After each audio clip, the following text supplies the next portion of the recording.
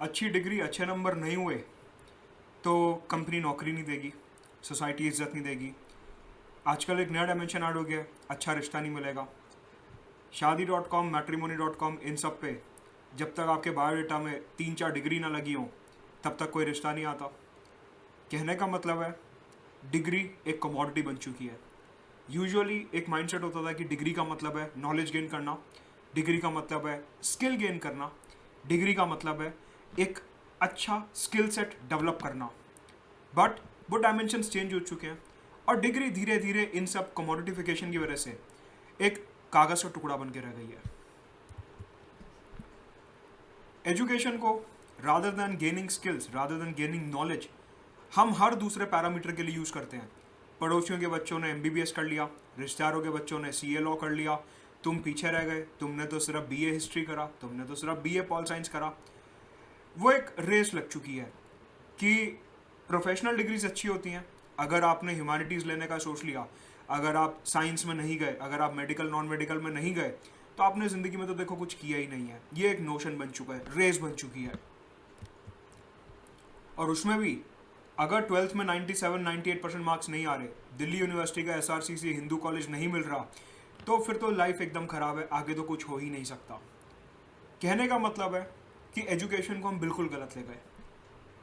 पढ़ना था नॉलेज के लिए, पढ़ना था इंटरेस्ट के लिए, पढ़ना था स्किल डेवलप करने के लिए, लेकिन वो इधर उधर दिखावे के चक्कर में हम पूरे एजुकेशन को एकदम डब्बा गोल कर दिए। इन्हीं सब चीज़ों को देखते हुए भारत सरकार ने अपनी एजुकेशन पॉलिसी, शिक्षा नीति में कुछ बदलाव करें और एक नई पॉलिसी आई है, एक नया डॉक्यूमेंट आया है जिसका नाम है नेशनल एजुकेशन पॉलिसी 2020। काफ़ी लंबा डॉक्यूमेंट था, पूरा हेड टू एनालिसिस आपको इस वीडियो में मिलेगा। सिर्फ आपसे एक रिक्वेस्ट है, पेशेंस के साथ पीछे होकर आराम से बैठ जाइए, कुछ नहीं करना, ना नोट्स बनाने ना कुछ करना, सिर्फ पीछे होकर बैठिए और ये वीडियो पूरा देखिए। आपको एजुकेशन का एक पर्सपेक्टिव मिलेगा, चाहे वो स्कूल एजुकेशन हो, कॉलेज एजुकेशन हो, और यहाँ पे हम डेविएट नहीं होंगे। हमारा पर्पस इधर UPSC है, तो उसमें किस तरीके से सवाल आएगा वो इस वीडियो में मैं कवर करने वाला हूँ। थोड़ा सा लेंदी होगा, I do realize that, but then again एक बार अगर आप ये पूरा वीडियो देख लोगे आपको एजुकेशन से रिलेटेड कुछ और देखने की जरूरत नहीं पड़ेगी, वो पर्सनल कमिटमेंट है। वैसे तो आप सब लोग मेरे को जानते हैं, बट जो लोग पहली बार देख रहे हैं, मेरा नाम है मुदत गुप्ता एंड मेरे लाइव कोर्सेज अवेलेबल हैं अनअकैडमी सब्सक्रिप्शन मॉडल के अंडर अनअकैडमी प्लस पे, जहाँ पे आपको कस्टमाइज मेंटरशिप मिलेगी, इंडिविजुअल अटेंशन मिलेगा, notes, PDFs, test series, live और रिकॉर्डेड क्लासेस, जितने भी अनअकैडमी के टॉप एडुकेटर्स हैं सबकी क्लासेस का आपको एक्सेस मिलेगा। साथ के साथ GS, CSAT, current affairs, optional test series, pre और मेंस की, डाउट रेजोल्यूशन, इंडिविजुअल अटेंशन, सब चीज आपको एक ही जगह मिलेगी अनअकैडमी आइकॉनिक सब्सक्रिप्शन के अंदर। So to subscribe you can use my referral code Mudit Gupta for 10% discount. साथ के साथ ये सारे के सारे कोर्सेज मेरे अनअकैडमी प्लस पे आ रहे हैं। इंडियन पॉलिटी कल से ही शुरू हुआ है, 31 अगस्त से, आज सेकंड क्लास है इसकी। CSAT का कोर्स शुरू हो रहा है आज से 1 सितंबर से। इकोनॉमी, करंट अफेयर्स, घटना चक्र, मॉडर्न हिस्ट्री का जिसमें पूरी टाइमलाइन बताऊंगा, सुप्रीम कोर्ट जजमेंट्स के ऊपर एक केस कोर्स, और crash course on Indian polity 21 सितंबर से शुरू हो रहा है। ये सारे के सारे कॉम्प्रिहेंसिव कोर्सेज आ रहे हैं live and exclusive only on Unacademy plus. मेरे फ्री वीडियोस अवेलेबल हैं यूट्यूब पे और मेरी लाइव क्लासेस अवेलेबल है सिर्फ और सिर्फ अनअकैडमी पे। So you can use my referral code Mudit Gupta to access my live classes only on Unacademy. तो देखिए, ये जो पूरा नेशनल एजुकेशन पॉलिसी 2020 है, इसको मैंने 3 मेजर पिलर्स में डिवाइड करा है। सबसे पहले इंट्रोडक्शन, एग्जैक्टली एजुकेशन है क्या, उससे प्रीलिम्स रिलेटेड फैक्ट्स, और मेंस में किस तरीके से ये आ सकता है। उसके बाद चलेंगे बॉडी पे कि एग्जैक्टली इस पॉलिसी में था क्या, स्कूल्स के लिए क्या था, और हायर एजुकेशन, कॉलेज, यूनिवर्सिटी वगैरह के लिए क्या था। और आखिरी में आएंगे कंक्लूजन पे कि ये पॉलिसी के पॉजिटिव और नेगेटिव एस्पेक्ट्स क्या हैं, मुख्य परीक्षा में, मेंस में, एसए में, इंटरव्यू में किस तरीके से आपको एक बैलेंस व्यू लेना है, किस तरीके से एक बैलेंस्ड ओपिनियन प्रेजेंट करना है, वो यहाँ पे कंक्लूजन में बताऊंगा। और आखिरी में कंक्लूजन के बाद मेंस के मॉक क्वेश्चंस कराऊंगा कि किस तरीके से इस टॉपिक से सवाल बन सकते हैं। तो सबसे पहले यहाँ पे इंट्रोडक्शन देखेंगे जिसमें फॉर्डर पॉइंट्स होंगे एंड फिर धीरे धीरे आगे चलेंगे। राइट, तो आइए शुरू करते हैं इंट्रोडक्शन से।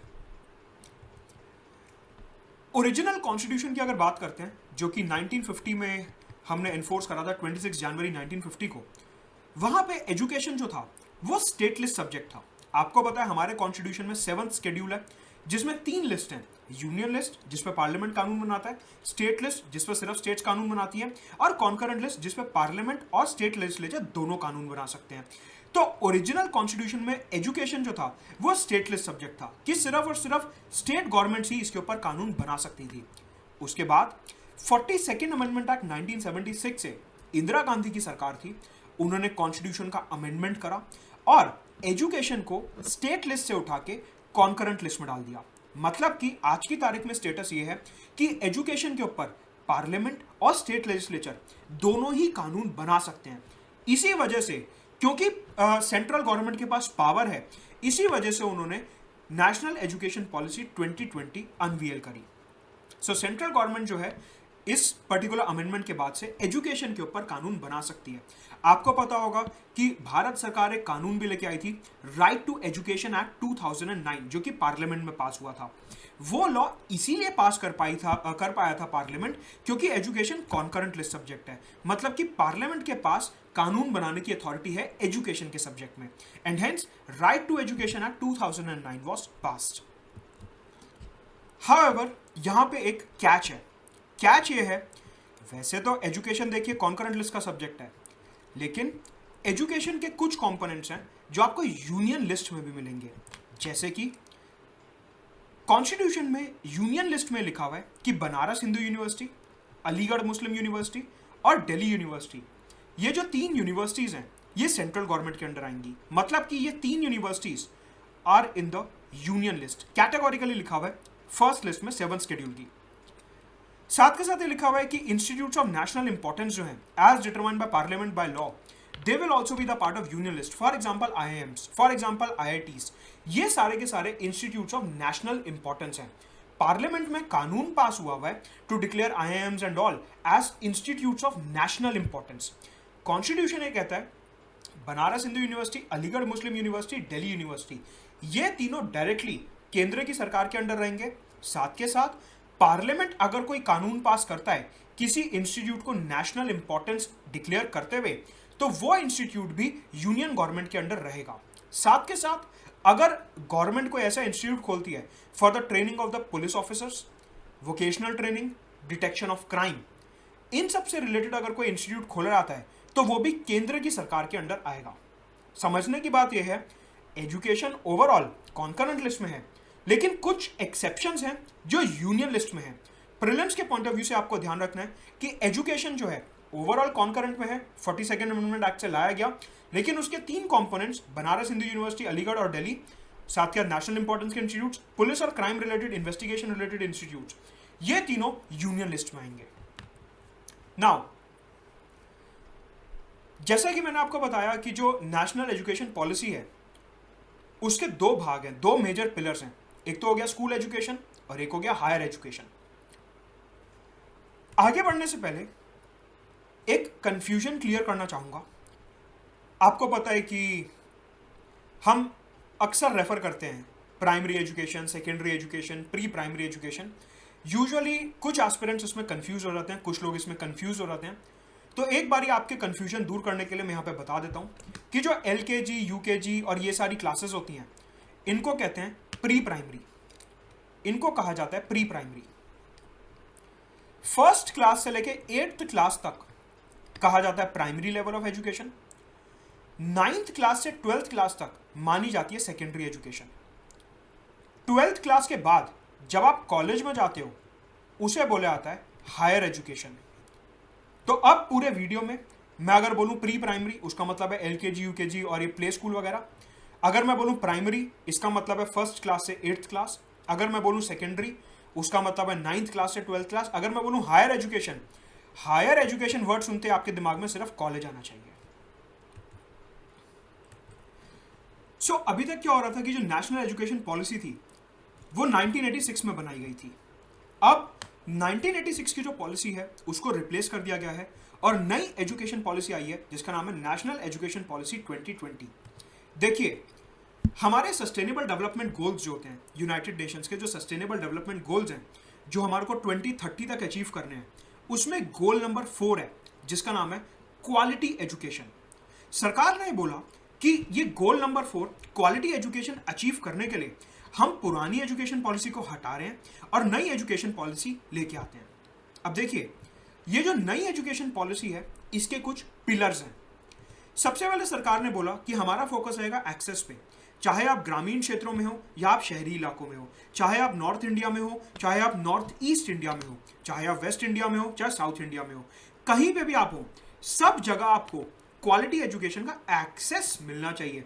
मतलब कि जो हमारे छात्र हैं उनको स्कूल कॉलेज का एक्सेस मिलना चाहिए, एक्सेस। सेकंड है इक्विटी।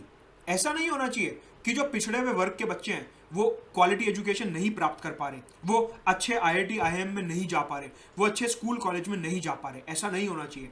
राजा का बेटा राजा नहीं बनेगा, कहने का मतलब है सबको बराबर का मौका दिया जाएगा, इक्विटी, मेरिट के बेसिस पे। ऑल्सो क्वालिटी के ऊपर खास ध्यान दिया जाएगा। देखिए, भारत सरकार का यहाँ पे कहना है सिर्फ और सिर्फ स्कूल कॉलेज बनवा देना, ईंट की दीवारें, पत्थर की दीवारें खड़ा करवा देना काफी नहीं है। उसके अंदर जो शिक्षा दी जा रही है, टीचर्स, लेबोरेटरीज, रिसर्च, थीसिस, ये सारी चीजें पूरे क्वालिटी के साथ होनी चाहिए। Also affordability. ऐसा नहीं है कि अच्छा कॉलेज है तो उसकी फीस भी बहुत ज्यादा हो, नहीं। सबका विकास देखते हुए, इंक्लूसिव डेवलपमेंट देखते हुए सरकार ने बोला कि एजुकेशन को ज्यादा से ज्यादा अफोर्डेबल बनाया जाएगा, जिससे कि आम आदमी भी अपने बच्चों को अच्छे स्कूल कॉलेज में बढ़िया शिक्षा दिलवा सके। चाहे उसे डॉक्टर, इंजीनियर, लॉयर बनना हो, चाहे उसे हिस्ट्री, पॉल साइंस, अकाउंटेंसी में कुछ करना हो, चाहे कोई सा भी स्ट्रीम चूज करना हो, म्यूजिक, आर्ट, डांस, ड्रामा, कुछ भी, हर चीज की क्वालिटी एजुकेशन का एक्सेस, क्वालिटी और अफोर्डेबिलिटी मिलेगी। साथ के साथ अकाउंटेबिलिटी, ये बहुत इंपॉर्टेंट पिलर है जो इस पॉलिसी में ऐड करा गया है। अकाउंटेबिलिटी का मतलब होता है कि जो कॉलेज प्रशासन है, स्कूल प्रशासन है, टीचर्स हैं, फैकल्टीज हैं, इनके ऊपर पूरा का पूरा चेक रखा जाएगा और इनके ऊपर एक अकाउंटेबिलिटी रखी जाएगी। प्रॉपर स्कूल और कॉलेजेस के ऑडिट्स कराए जाएंगे कि कहीं कोई गलत प्रैक्टिस तो नहीं हो रही, कोई अनफेयर मीन्स तो नहीं हो रहा, प्रॉपर एजुकेशन मिल रही है या नहीं मिल रही, कहीं फेक डिग्री वगैरह का कोई कॉलेज तो नहीं चल रहा। अकाउंटेबिलिटी, हर तरीके के फ्रॉड से बचने के लिए कॉलेजेस और स्कूल्स की अकाउंटेबिलिटी के ऊपर खास ध्यान दिया गया है इस पॉलिसी में।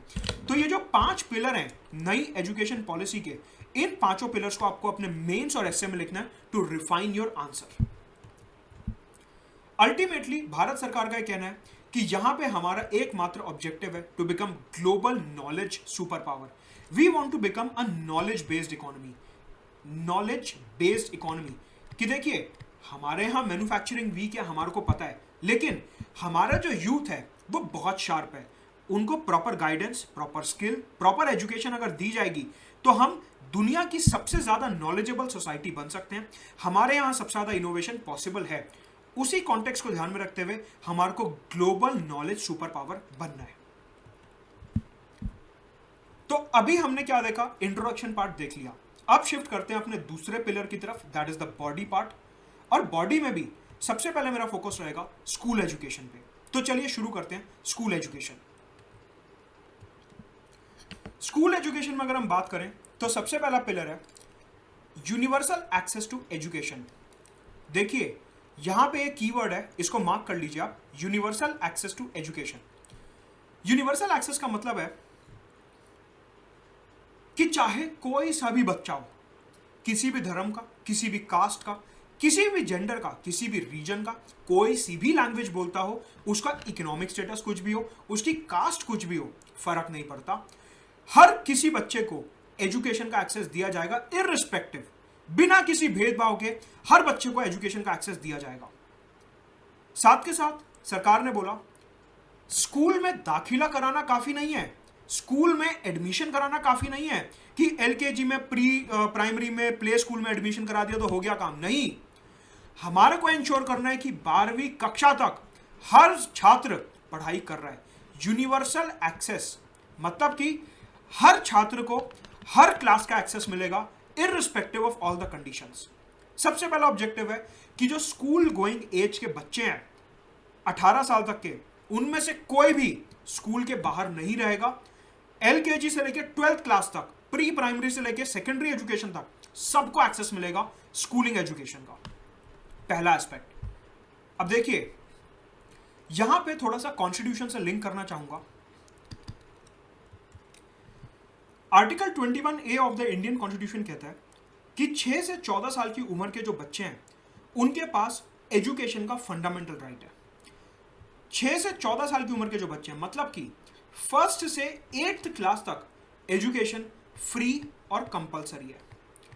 फर्स्ट से 8th क्लास तक education is free and compulsory, ऐसा कहता है आर्टिकल 21A फंडामेंटल राइट।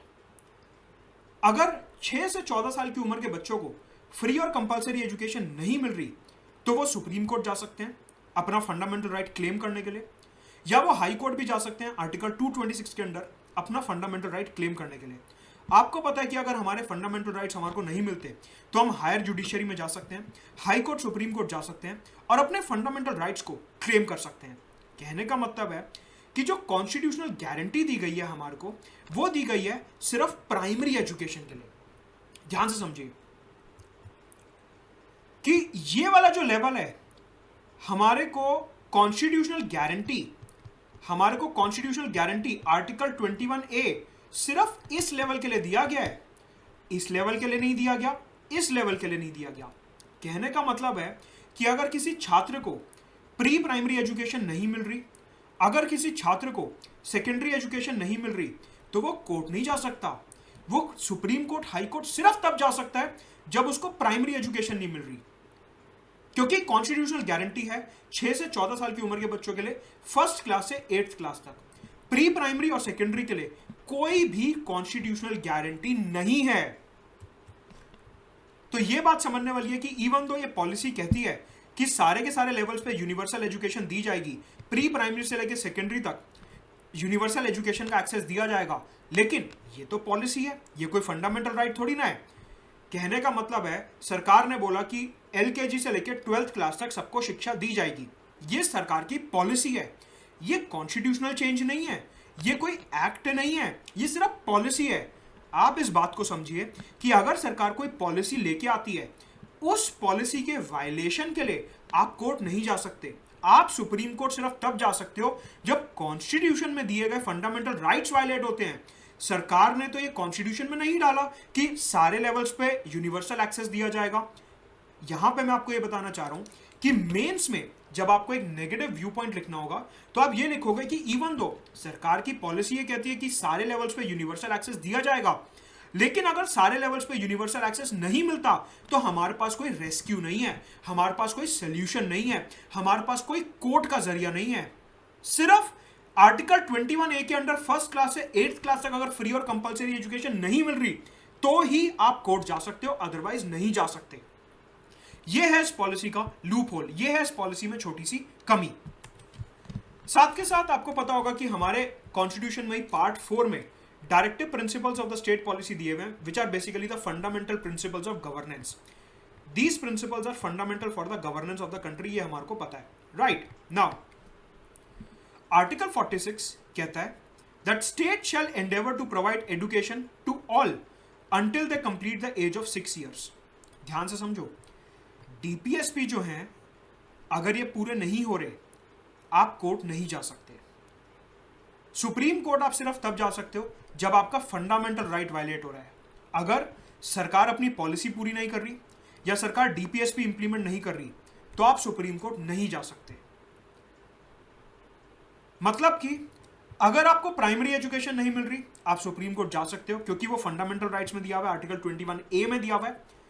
लेकिन अगर आपको प्री प्राइमरी एजुकेशन जैसा कि DPSP में लिखा है और पॉलिसी में भी लिखा है और सेकेंडरी एजुकेशन नहीं मिल रही तो आप सुप्रीम कोर्ट नहीं जा सकते, आप हाई कोर्ट भी नहीं जा सकते।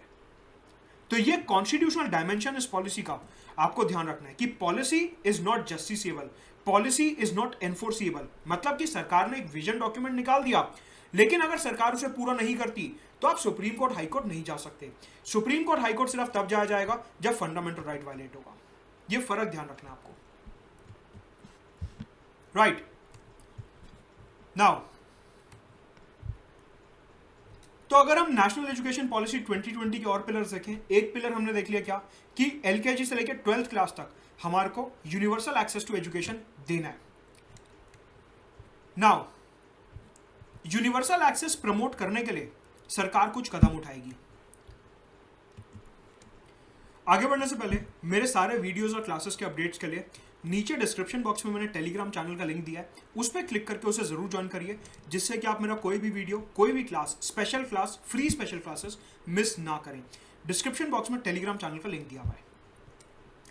तो आप देखते हैं कि ये जो LKG से लेके 12th क्लास तक हमारे को यूनिवर्सल एजुकेशन प्रमोट करनी है, इसके लिए सरकार क्या क्या कदम उठाएगी। सबसे पहले सरकार ने बोला कि अलग अलग तरीके के इनोवेशन सेंटर्स बनाए जाएंगे और इंफ्रास्ट्रक्चर सपोर्ट प्रोवाइड किया जाएगा, जिससे कि जो ड्रॉपर्स हैं उनको वापस लाया जा सके। यूजुअली क्या होता है, बच्चा LKG में एडमिशन लेता है, 12th क्लास तक स्कूलिंग पूरी करता है, लेकिन कुछ लोग अपनी एजुकेशन बीच में छोड़ देते हैं, फैमिली रीजंस की वजह से, पर्सनल रीजंस की वजह से, या जो भी रीजन है, उन्हें कहते हैं ड्रॉपर्स। जो बीच में स्कूलिंग एजुकेशन छोड़ के चला गया उसे कहते हैं ड्रॉपर।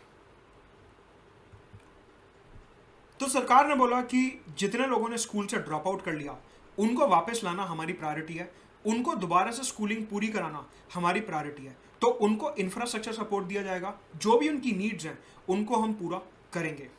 साथ के साथ सरकार का यहां पे फोकस रहेगा to gauge the learning outcomes, कि एक बच्चा अगर स्कूल में पढ़ रहा है तो वो परफॉर्म कैसा कर रहा है, उसे समझ कितना आ रहा है, क्रिटिकल थिंकिंग कितनी डेवलप हो रही है, वो एनालिसिस कितना कर पा रहा है। कहने का मतलब है रटने पे फोकस नहीं होगा, जो एक ट्रेंड चलता है कि बैक एक्सरसाइजेस कर लो, सवाल उसी में से आएगा, यू लाइक कर लो, बोर्ड का पेपर उसी में से आएगा, RD शर्मा कर लो, मैथ्स का पेपर तो बनना ही वहीं से है। इस रोट लर्निंग के सिस्टम से बाहर आना है और एक्चुअल में जो लर्निंग है, real learning, knowledge based learning, उसके ऊपर फोकस किया जाएगा। सिर्फ और सिर्फ एनरोलमेंट सफिशिएंट नहीं है, ये पॉइंट आपको मेंस और ऐसे दोनों जगह लिखना है कि स्कूल में नाम लिखवा देना काफी नहीं है, वहां पर आके कुछ सीखे भी, अपना critical mind, cognitive thinking develop करे, तो जाके कुछ फायदा होगा। ऑल्सो हर कोई स्कूल नहीं जा सकता, कुछ बच्चे ऐसे होते हैं जिनके हालात ऐसे होते हैं कि उन्हें अपनी फैमिली को सपोर्ट करने के लिए जॉब करनी पड़ती है, या फिर वो खेत में काम करते हैं, या फैमिली की दुकान पे बैठते हैं, छोटा मोटा काम करते हैं सपोर्ट करने के लिए। हर कोई स्कूल नहीं जा सकता, सबके सर्कमस्टांसेस अलग होते हैं। इस नीड को रियलाइज करते हुए, इस पर्टिकुलर प्रॉब्लम को एड्रेस करते हुए सरकार ने इस पॉलिसी में बोला कि जो लोग स्कूल नहीं जा सकते उनको चिंता करने की बात नहीं है, हम उनके लिए इनफॉर्मल स्कूल्स, ओपन लर्निंग और डिस्टेंस लर्निंग ये खुलवा देंगे। आपने नाम सुना होगा NIOS का, national institute of open schooling. Basically open school है, आप ऑनलाइन बैठ के वहां पे वीडियोस वगैरह देख सकते हो, PDF डाउनलोड कर सकते हो, बुक्स डाउनलोड कर सकते हो। जो लोग रेगुलरली स्कूल नहीं जा सकते उनके लिए सरकार इनफॉर्मल एजुकेशन का प्रावधान बनाएगी। स्कूल क्या होता है, school is a formal education. आप जा रहे हो, आपका वहां पर नाम लिखा है, अटेंडेंस होगी, आपके पेरेंट्स को बुलाया जाएगा, बर्थ सर्टिफिकेट लेंगे, ये सारी चीजें होती हैं। इनफॉर्मल एजुकेशन होती है जिसमें ये सब डिटेल्स में नहीं होता, आसानी से आप ओपन लर्निंग के थ्रू पढ़ सकते हो। तो सरकार ने बोला पहली प्रायोरिटी जो ड्रॉपर्स हैं उनको वापस लाना, ऐसे बच्चे जो स्कूल में हैं उनके लर्निंग आउटकम्स पे ध्यान देना, उनके क्रिटिकल एनालिसिस पे ध्यान देना, और जो लोग स्कूल अटेंड ही नहीं कर सकते उनके लिए डिस्टेंस लर्निंग, डिजिटल लर्निंग और ओपन लर्निंग, इनफॉर्मल एजुकेशन का प्रावधान बनाया जाएगा। जिससे कि देखो यहां पे सरकार की अप्रोच क्या है कि चाहे आपके हालात कैसे भी हों, आप बेसिक एजुकेशन तो एटलीस्ट ले ही लो, स्कूल की एजुकेशन एटलीस्ट आप ग्रहण कर लो, learn the basics of the school level, उसके बाद आप आगे कुछ भी स्किल वगैरह सीख सकते हो। ये अप्रोच है कि जो एक स्टूडेंट का बेस है, जो हमारे यूथ का बेस है, वो स्ट्रांग होना चाहिए, चाहे स्कूल अटेंड करो या इनफॉर्मल ओपन स्कूलिंग कर लो, वो भी चलेगा। साथ के साथ स्कूल के साथ साथ ही, स्कूलिंग एजुकेशन के साथ साथ ही वोकेशनल ट्रेनिंग पर ध्यान दिया जाएगा।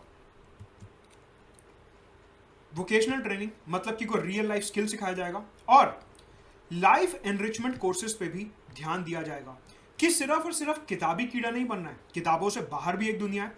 लाइफ स्किल्स, अच्छा इंसान कैसे बना जाए, मॉरल एथिक्स, इंटेग्रिटी, ये सारी वैल्यूज के ऊपर भी लाइफ एनरिचमेंट कोर्स, किस तरीके से आपको सोसाइटी में मैनेज करना है, ये सारे के सारे कोर्सेज भी आपको इधर सिखाए जाएंगे स्कूल एजुकेशन में। देखिए मैं स्कूल एजुकेशन की बात कर रहा हूं, अभी हम बात कर रहे हैं अभी प्री प्राइमरी, प्राइमरी और सेकेंडरी एजुकेशन की, स्कूल वाला पिलर चल रहा है अभी। साथ के साथ सरकार का एस्टिमेट यह है कि तकरीबन 2 करोड़ लोग अभी स्कूल छोड़ चुके हैं, मतलब कि 2 करोड़ ड्रॉप आउट्स हैं। उन ड्रॉप आउट्स को वापस लाना आइदर यूजिंग द इंफ्रास्ट्रक्चर और यूजिंग द इनफॉर्मल एजुकेशन और यूजिंग द ओपन स्कूलिंग, इन 2 करोड़ लोगों को जो स्कूल के बाहर हैं, इनको हमारे को वापस स्कूल एजुकेशन में लाना है और इनके लर्निंग आउटकम्स बढ़ाने हैं, इनको वोकेशनल ट्रेनिंग देनी है। आपने कई बार सुना होगा vocational training, vocational training, vocational training. Vocational training कुछ नहीं होता, इसका मतलब होता है एक ऐसा स्किल देना that you are job ready. मतलब कि किसी को कंप्यूटर का कोर्स करा दिया, किसी को प्लम्बर का काम सिखा दिया, किसी को लकड़ी का आर्ट सिखा दिया कि वो कारपेंटर बन सके। इस तरीके से वोकेशनल ट्रेनिंग, बिजली का काम सिखा दिया, इलेक्ट्रीशियन बन सके। इन सारे कामों को, इन सारी ट्रेनिंग्स को हम वोकेशनल ट्रेनिंग बोलते हैं। या फिर और आगे थोड़ा सा बढ़े तो थोड़ा बहुत सॉफ्टवेयर का काम सिखा दिया, या फिर इंडस्ट्री में मशीन किस तरीके से चलानी है वो सारा काम सिखा दिया। इसे कहते हैं वोकेशनल ट्रेनिंग। जब भी आप ये शब्द सुने वोकेशनल ट्रेनिंग, इसका मतलब होता है एक ऐसा स्किल देना जो किताबों से तो हटके है, प्रैक्टिकल स्किल है, इंडस्ट्री में काम आएगा और सीधा सीधा आपको नौकरी मिल जाएगी। इसे कहते हैं वोकेशनल ट्रेनिंग। तो सरकार यहां पे कहती है कि हर किसी को IIT IIM नहीं जाना। कुछ लोगों के हालात ऐसे होते हैं कि उन्हें 10th क्लास के बाद या 12th क्लास के बाद ही नौकरी करनी पड़ती है फैमिली को सपोर्ट करने के लिए। उनकी नीड्स का ध्यान रखते हुए वो स्कूल में पढ़ेंगे, साथ के साथ स्कूल में ही उनको वोकेशनल ट्रेनिंग दी जाएगी, जिससे कि स्कूल पूरा करते ही उनको नौकरी मिले, उन्हें प्रॉपर इनकम मिले और वो अपनी फैमिली को सपोर्ट कर सकें। तो ये काफी अच्छा पॉइंट है जो मेरे को यहां पे दिखता है, integration of vocational training with the school education.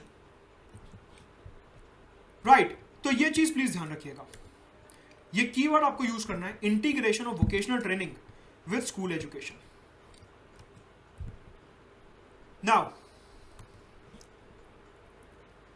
पहले जो स्कूलिंग का पैटर्न हुआ करता था वो हुआ करता था 10+2। मतलब कि 1st क्लास से 8th क्लास तक प्राइमरी एजुकेशन और 9th क्लास से 12th क्लास तक secondary education, primary and secondary education. कहने का मतलब है जो पहले हमारी एजुकेशन को लेके एक अप्रोच थी, वो ये अप्रोच थी कि हम प्री प्राइमरी को LKG, UKG इन सबको निग्लेक्ट कर देते थे। सरकार ने बोला ये गलत है। जो प्री प्राइमरी एजुकेशन है, जो LKG, UKG प्ले स्कूल की एजुकेशन है, वो काफी ज्यादा इंपॉर्टेंट है और नई शिक्षा नीति में, न्यू एजुकेशन पॉलिसी में उन चीजों को निग्लेक्ट नहीं किया जाएगा। तो सरकार ने बोला कि जो पुराना 10+2 का पैटर्न है इसको हम खत्म करते हैं, इसको हटाते हैं और इसकी जगह नया पैटर्न लेके आते हैं, दैट इज 5+3+3+4। 5+3+3+4। ये ब्रेकअप किस हिसाब से हुआ है वो समझते हैं। जो 5 साल वाला पहला वाला पिलर है, ये 5, this belongs to age group of 3 to 8 years. मतलब कि सरकार ने बोला कि ये जो 3 से 8 ईयर्स तक के बच्चे हैं, 3 साल ये रहेंगे प्री प्राइमरी में। For 3 years they will stay in pre primary, play school, LKG, UKG plus 1st class plus 2nd class. ये कंप्लीट हो गया आपके 5 साल। कहने का मतलब है इस वाले बॉक्स में 10+2 पैटर्न में मैंने आपको दिखाया कि प्री प्राइमरी के ऊपर कोई भी फोकस नहीं था। There was no focus over the pre primary education. सरकार ने बोला गलत है। प्री प्राइमरी जो बच्चे के दिमाग के विकास के लिए काफी ज्यादा जरूरी है वो होना चाहिए। तो यहां पे लिया है 5+3+3+4 to include 3 years of pre primary education. ध्यान से समझिए कि ये जो प्री प्राइमरी वाला लेवल है ये 3 साल का सरकार ने बोला नई पॉलिसी में। प्ले स्कूल, LKG, UKG 3 साल का प्री प्राइमरी और 2 साल 1st एंड 2nd क्लास। फिर आते हैं 3 ईयर्स 8 से 11, मतलब कि 3rd class, 4th class, 5th class. 3 साल दोबारा 6th class, 7th class, 8th class. फिर 4 साल 14 से 18 साल की उम्र के बच्चे 9th, 10th, 11th, 12th। इस तरीके से पूरी स्कूलिंग को 4 हिस्सों में डिवाइड करा गया है। 5+3+3+4 4 पिलर्स में पूरी स्कूलिंग को डिवाइड कर दिया गया है। मतलब कि पहले जो स्कूलिंग का कैटेगराइजेशन था दैट वाज 10+2। आज की तारीख में स्कूलिंग का जो कैटेगराइजेशन है that is 5+3+3+4 including 3 years of pre primary education. 3 years of pre primary education, ये चीज आपको ध्यान रखनी है। मतलब कि पहले जो एजुकेशन पे फोकस था वो 6 साल की उम्र से शुरू होता था 18 साल तक। 6 साल की उम्र का बच्चा फर्स्ट क्लास में जा रहा है, 18 साल की उम्र का बच्चा 12th क्लास से जा रहा है, मतलब कि फर्स्ट से 12th तक फोकस था। 3 से 6 साल की उम्र के जो बच्चे थे वो निग्लेक्ट होते थे। जो ये 3 साल प्री प्राइमरी वाली एज थी ये निग्लेक्ट होती थी। सरकार ने बोला अब नहीं, ये जो 3 साल प्री प्राइमरी वाली एज है, प्ले स्कूल, एलकेजी, यूकेजी, ये 3 साल अब से निग्लेक्ट नहीं होंगे। और नई एजुकेशन पॉलिसी के अंडर ये जो अर्ली चाइल्डहुड है, बेसिकली ये जो 3 से 6 साल की उम्र के बच्चे होते हैं इनको बोला जाता है अर्ली चाइल्डहुड चिल्ड्रन। इस एज को बोला जाता है अर्ली चाइल्डहुड। तो पुराने वाली जो 1986 वाली पॉलिसी है उसमें अर्ली चाइल्डहुड वाज निग्लेक्टेड। ये जो 3 से 6 साल की उम्र के बच्चे एलकेजी, यूकेजी और प्ले स्कूल में जाते हैं ये निग्लेक्ट होते थे। लेकिन अब नए वाली पॉलिसी में अर्ली चाइल्डहुड के ऊपर काफी ज्यादा फोकस दिया गया है। अलग से 3 साल उसके लिए यहाँ पे दिए गए हैं कि जो पहला पिलर है 5 साल का, इसमें 3 साल होगा प्ले स्कूल, एलकेजी, यूकेजी मतलब pre primary, plus first class plus second class. तो काफी ज्यादा वैल्यू एडिशन किया गया इधर कि पहले फोकस था सिर्फ 6 से 18 साल की उम्र के बच्चों पे, पहले फोकस था सिर्फ फर्स्ट क्लास से 12th क्लास तक के बच्चों पे। अब नई पॉलिसी में फोकस है प्ले स्कूल से लेकर 12th क्लास तक के बच्चों पे, holistic education, complete education, integrated education की 3 साल की उम्र से ही सरकार जो है बच्चों को टारगेट करना शुरू करेगी। पहले जो सरकार टारगेट करती थी वो 6 साल की उम्र से शुरू करती थी जब बच्चा फर्स्ट क्लास में आता था।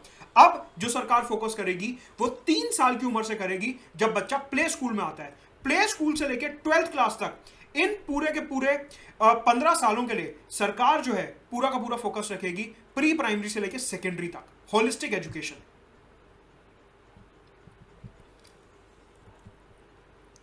मतलब कि जो पुरानी पॉलिसी थी उसमें सरकार का फोकस सिर्फ ये था, ओल्ड फोकस। अब जो सरकार का फोकस है वो ये पूरा है, न्यू फोकस। तो ये आपको ध्यान रखना है। नाउ सबसे पहले मैं आपको ये बताऊंगा कि ये जो 3 से 6 साल की उम्र के बच्चों पर सरकार ने सडनली फोकस देना शुरू करा है, ये जो प्री प्राइमरी एजुकेशन पे सरकार ने फोकस देना शुरू करा है, इसका कारण क्या है? बेसिकली कई सारे रिपोर्ट्स, पर्टिकुलरली प्रथम फाउंडेशन का जो असर रिपोर्ट आता है, annual status of education report, UNESCO की कई सारी रिपोर्ट्स और अलग अलग चाइल्ड एक्सपर्ट्स जो हैं उनकी रिपोर्ट्स, उनके मुताबिक अगर बच्चे को सीधा फर्स्ट क्लास में दाखिल कराया जाए तो जो उसका दिमाग का विकास था वो कम हो रहा था।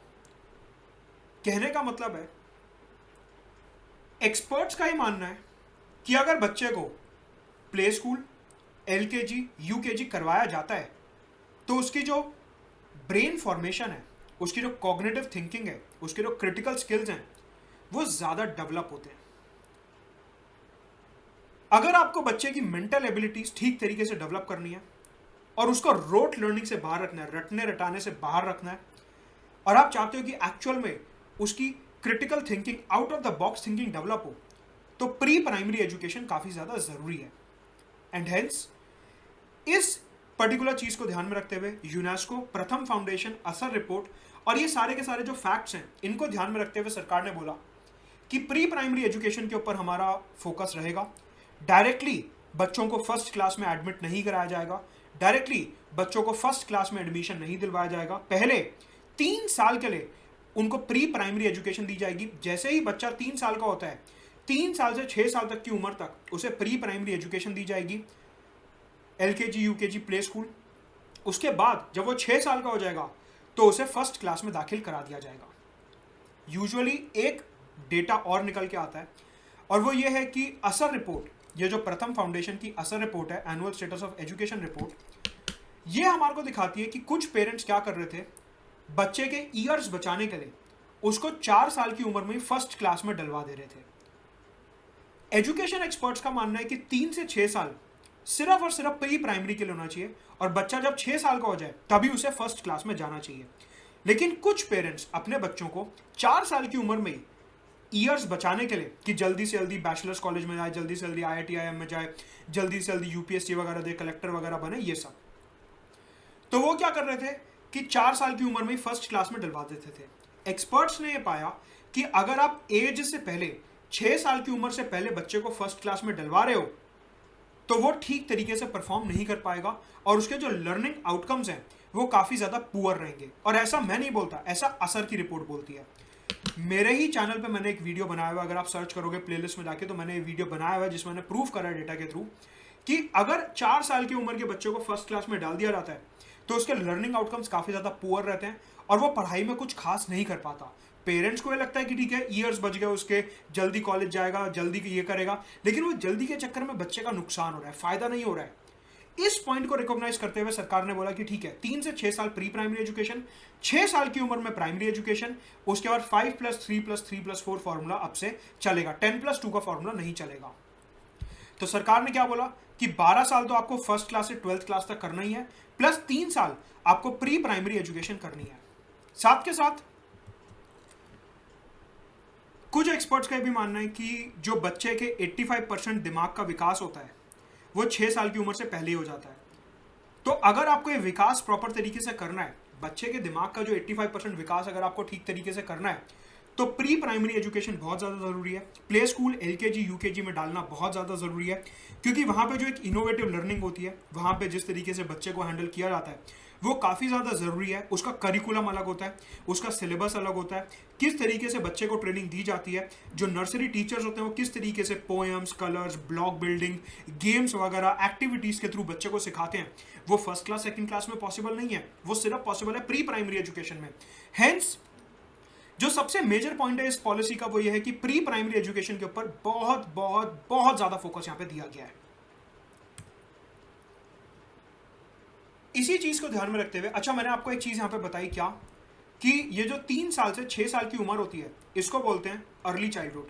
ये चीज ध्यान रखिएगा, अर्ली चाइल्डहुड, ये कीवर्ड है अर्ली चाइल्डहुड। जब भी मैं पूरे वीडियो में बोलूं अर्ली चाइल्डहुड तो आपके दिमाग में आना चाहिए 3 से 6 साल की उम्र के बच्चे। आगे बढ़ने से पहले नीचे डिस्क्रिप्शन बॉक्स में मेरा टेलीग्राम चैनल दिया है, वो जरूर ज्वाइन करिए, उसमें आपको सारे अपडेट्स मिलते रहेंगे मेरे वीडियोस और क्लासेस के। नाउ पॉलिसी में यह भी बोला गया कि जो NCERT है, जिनकी हम किताबें पढ़ते हैं, जो NCERT है that will develop national curricular and pedagogical framework for early childhood care and education. सुनने में तो काफी भारी भरकम लग रहा है लेकिन कुछ भी नहीं है। करिकुलर मतलब कि सिलेबस, करिकुलर का मतलब होता है सिलेबस, एंड पीडागॉगिकल, पीडागॉगिकल का मतलब होता है टीचिंग मेथड, कि किस तरीके से जो टीचर्स हैं वो पढ़ाई करवाएंगे। NCERT जो है एक फ्रेमवर्क बनाएगा for early childhood care and education. जो अर्ली चाइल्डहुड है वहां पे क्या सिलेबस रहेगा और उन क्लासों के टीचर किस तरीके से पढ़ाएंगे, इसका फ्रेमवर्क NCERT तैयार करेगा for children up to the age of 8 years. 8 साल के बच्चों तक के लिए, 8 साल की उम्र तक के बच्चों के लिए यह फ्रेमवर्क तैयार करेगा NCERT, national curricular and pedagogical framework for early childhood care and education. बढ़ती उम्र के बच्चों को क्या पढ़ाया जाना चाहिए, कैसे पढ़ाया जाना चाहिए, उसका एक डॉक्यूमेंट तैयार करेगा NCERT। ये चीज आपको ध्यान रखनी है, इसको बोलते हैं ECCE। इसका कीवर्ड होता है ECC, जो आपको ध्यान रखना है, early childhood care and education. मतलब कि NCERT जो है अर्ली चाइल्डहुड केयर और एजुकेशन के लिए, बढ़ती उम्र के बच्चों के विकास के लिए एक पीडागॉगिकल और एक करिकुलर फ्रेमवर्क बनाएगा NCERT 8 साल के बच्चों की उम्र तक के लिए। अब देखिए, मैंने आपको बताया कि जो पॉलिसी है ये प्री प्राइमरी एजुकेशन पे काफी ज्यादा ध्यान देती है। जो play school, LKG UKG nursery वगैरह होता है, इसके ऊपर काफी ज्यादा ध्यान दे रही है हमारी नई एजुकेशन पॉलिसी। ठीक है, सरकार ने बोला कि आपको होता है प्राइवेट स्कूल वगैरह में play school, LKG UKG nursery वगैरह होता है, जिनको अपने बच्चों को वहां भेजना है वहां भेज सकते हो, नहीं तो जो आंगनवाड़ीज होते हैं उनके अंदर भी प्राइमरी स्कूलिंग की सुविधा प्रोवाइड करी जाएगी। उनके अंदर ही जो ये play school, primary education, pre primary education, LKG, UKG, nursery वगैरह है, छोटी उम्र के बच्चे हैं 3 से 6 साल के, उनको आंगनवाड़ी के अंदर भी स्कूल की एजुकेशन प्रोवाइड करी जाएगी। तो मतलब कि एजुकेशन पॉलिसी में आंगनवाड़ी का काफी बड़ा रोल है कि जो बढ़ती उम्र के बच्चे हैं 3 से 6 साल तक के, आंगनवाड़ी में जाके वो अपनी प्री प्राइमरी एजुकेशन पूरी कर सकते हैं। मतलब कि मैंने आपको बताया 5 + 3 + 3 + 4, इस फर्स्ट वाले 5 में 3 साल प्री प्राइमरी एजुकेशन है, 3 साल की प्री प्राइमरी एजुकेशन है। तो जरूरी नहीं है कि आप ये स्कूल जाके पूरी करो, आंगनवाड़ी में सरकार प्रॉपर इसका फ्रेमवर्क बनाएगी, आंगनवाड़ी में सरकार इसका प्रॉपर एक स्ट्रक्चर तैयार करेगी और बच्चे आंगनवाड़ी में जाके भी प्री प्राइमरी एजुकेशन ग्रहण कर सकते हैं। 3 से 6 साल की उम्र के बच्चे नर्सरी, एलकेजी, यूकेजी की एजुकेशन आंगनवाड़ी जाके भी ले सकते हैं। बहुत इंपॉर्टेंट पॉइंट है, क्योंकि रूरल एरियाज में सबसे ज्यादा जो एक्सेसिबल चीज है वो है आंगनवाड़ी। अगर वहां पे प्ले स्कूल नहीं है, नर्सरी स्कूल नहीं है, तो रूरल एरियाज के बच्चों के स्पेशल विकास के लिए आंगनवाड़ी के अंदर ही प्री प्राइमरी एजुकेशन और केयर का पूरा प्रावधान बनाया जाएगा। बहुत अच्छा स्टेप है सरकार का, तो ये चीज आपको ध्यान रखनी है। साथ के साथ जो प्री प्राइमरी लेवल पे टीचर्स हैं और जो आंगनवाड़ी वर्कर्स हैं, उनको स्पेशल ट्रेनिंग दी जाएगी, जिससे कि वो ये बढ़ती उम्र के बच्चों को ठीक तरीके से टैकल कर पाएं। किस तरीके से एक्टिविटीज करानी है, इनके दिमाग का विकास कैसे होगा, कौन सी पजल्स, ब्लॉक्स, एक्टिविटीज, गेम्स कराने हैं, ये सारी ट्रेनिंग प्री प्राइमरी लेवल के टीचर्स और आंगनवाड़ी वर्कर्स को दिया जाएगा। तो ध्यान रखिए, मेंस, एसे और इंटरव्यू में बोलने के लिए काम आएगा कि anganwadis will play a very vital role in the new education policy, क्योंकि यहाँ पे प्री प्राइमरी एज के जो बच्चे हैं इनको भेजा जाएगा एलकेजी, यूकेजी, नर्सरी की पढ़ाई करने के लिए। और फिर एक बार ये 3 साल की प्री प्राइमरी एजुकेशन पूरी कर ली तो आप फिर स्कूल जाने लगोगे, 1st क्लास से 12th क्लास तक। ये फ्रेमवर्क आपको ध्यान रखना है। तो कीवर्ड मैंने क्या बताया, ECCE। ECCE का मतलब है early childhood care and education. इसके ऊपर, ECCE के ऊपर फ्रेमवर्क बनाएगी NCERT, जो मैंने बताया। ये कीवर्ड आपको ध्यान रखना है। नाउ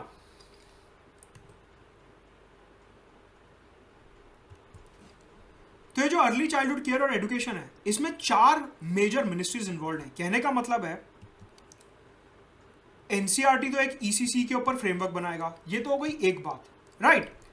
इसको अलग रखिए कि NCERT जो है अर्ली चाइल्डहुड केयर और एजुकेशन की स्कूल में किस तरीके से काम होगा, टीचर्स और आंगनवाड़ी वर्कर्स को क्या ट्रेनिंग दी जाएगी, ये काम कर रहा है NCERT, ये एक अलग बात हो गई।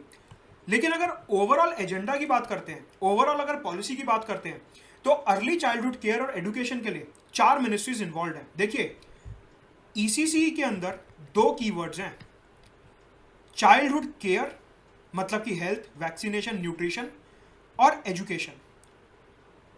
जो ये ओवरऑल पॉलिसी है, इसमें 4 मिनिस्ट्रीज इन्वॉल्व हैं। Ministry of tribal affairs, tribal बच्चों के लिए, मिनिस्ट्री ऑफ HRD, जिसका नाम अब पलट के एजुकेशन मिनिस्ट्री कर दिया गया, ministry of women and child development and ministry of health and family welfare. Overall ये चारों मिनिस्ट्रीज अर्ली चाइल्डहुड केयर और एजुकेशन के बारे में देखेंगी। तो देखो, डॉट्स कनेक्ट करते हैं एक बारी। जहां तक बात रही सिर्फ और सिर्फ स्कूल और आंगनवाड़ी की, जहां तक बात रही स्कूल के पीडागोगिकल और करिकुलर फ्रेमवर्क की और आंगनवाड़ी और स्कूल के टीचर्स की ट्रेनिंग की, वो करेगा काम NCERT, सिर्फ स्कूल और आंगनवाड़ी रिलेटेड। इसके अलावा जो ओवरऑल काम है, मिड डे मील, खाना वगैरह देना, बच्चों की पॉलिसीज, स्कीम्स, इंप्लीमेंटेशन, उसमें 4 मिनिस्ट्रीज इन्वॉल्व रहेंगी। तो NCERT सिर्फ एक छोटा सा काम कर रहा है, ओवरऑल काम ये चारों मिनिस्ट्रीज मिलकर करेंगी कोलैबोरेशन से। तो ये दोनों चीजों में फर्क ध्यान रखना है। तो कहने का मतलब है, अगर मैं प्री प्राइमरी एजुकेशन की बात करता हूं, अर्ली चाइल्डहुड केयर और एजुकेशन की बात करता हूं, ECCE की बात करता हूं, तो इसमें 4 मंत्रालय इन्वॉल्व हैं और NCERT इसमें काफी बड़ा रोल प्ले कर रहा है फ्रेमवर्क डेवलप करके स्कूल और आंगनवाड़ी वर्कर्स के टीचर्स के ट्रेनिंग के लिए, गाइडलाइंस के लिए, किस तरीके से पढ़ाना है, क्या पढ़ाना है, वो NCERT डिसाइड करेगा। लेकिन पढ़ाई से आगे बढ़ के न्यूट्रिशन, ट्राइबल बच्चों का एक्सेस, किस तरीके से बच्चों को अब्यूज से बचाया जाएगा, ये सारी की सारी चीजें ये चारों मंत्रालय मिलकर करेंगे। तो ये दोनों अलग बातें हैं, आपको इनमें डेमार्केशन बना के चलना है। और आपको ये देखना है कि ये जो ECCE का कीवर्ड है, ये जो ECCE का कीवर्ड है, ये कोई छोटा सा कीवर्ड नहीं है, काफी बड़ा कॉन्सेप्ट है इसका। इसके ऊपर स्टैंड अलोन क्वेश्चन बन सकता है मेंस एग्जामिनेशन में कि ECCE एक तरफ से NCERT काम कर रहा है, दूसरी तरफ से चारों मंत्रालय काम कर रहे हैं। अल्टीमेटली NCERT आता तो मिनिस्ट्री ऑफ HRD के अंदर ही है, मिनिस्ट्री ऑफ एजुकेशन के अंदर ही आता है। तो कहने का मतलब है, ओवरऑल जो बच्चे का विकास है छोटी एज में 3 से 6 साल की उम्र में जो ओवरऑल विकास है वो ये चारों मंत्रालय मिलकर कर रहे हैं ईसीसी के अंडर, राइट। तो ये नया कीवर्ड है जो इस पॉलिसी में आया, ECCE, early childhood care and education. कि पहले सरकार का फोकस था फर्स्ट क्लास से 12th क्लास तक के बच्चों पे, लेकिन इस पॉलिसी में सरकार का अर्ली चाइल्डहुड केयर 3 से 6 साल की उम्र के बच्चे, एलकेजी यूकेजी नर्सरी के बच्चे, उनके ऊपर स्पेशल फोकस है इस पर्टिकुलर पॉलिसी में।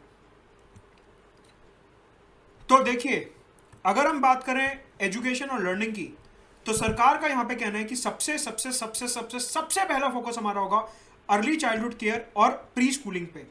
3 से 6 साल की उम्र के जो बच्चे हैं, देखिए एजुकेशन, अगर एक बच्चा नासा में जाना चाहता है, इसरो में जाना चाहता है, डीआरडीओ में जाना चाहता है, मिसाइल्स बनाना चाहता है, बड़े बड़े काम तभी करेगा जब बेसिक फाउंडेशन ठीक होगी। बेसिक फाउंडेशन ठीक रखने के लिए उसके स्वास्थ्य, उसके दिमाग, उसके विकास को देखते हुए अर्ली चाइल्डहुड केयर और एजुकेशन, प्री प्राइमरी स्कूलिंग, 3 से 6 साल की उम्र के बच्चे, special special special focus, right. ये हमारा पहला कंपोनेंट यहां पे निकलता है। अब सरकार ने बोला कि देखिए अर्ली चाइल्डहुड केयर और एजुकेशन तो हो गया, अब हमारा दूसरा मिशन है यहां पे, क्या? Foundational literacy and numeracy. Foundational literacy और न्यूमरेसी के लिए सरकार शुरू करेगी national mission on foundational literacy and numeracy. This will be started by ministry of HRD. ये जो मिशन है on foundational literacy and numeracy, this will be started by ministry of HRD. Basically इस particular mission के under जो focus रहेगा वो इस पर रहेगा कि भारत की जितनी भी जनता है उनको बेसिक लिटरेसी आनी चाहिए। देखिए, लिटरेसी का मतलब क्या होता है? किसी भी भाषा में बोलने और लिखने की एबिलिटी। कोई भी एक भाषा में अगर आप बोल पा रहे हो और लिख पा रहे हो, उसको हम कहते हैं फाउंडेशनल लिटरेसी। और इतना काफी नहीं है, डेली लाइफ में हमारे को मार्केट जाना पड़ता है, खर्चे करने पड़ते हैं, अकाउंट वगैरह देखना पड़ता है, इसे कहते हैं बेसिक मैथ्स, बेसिक न्यूमरेसी।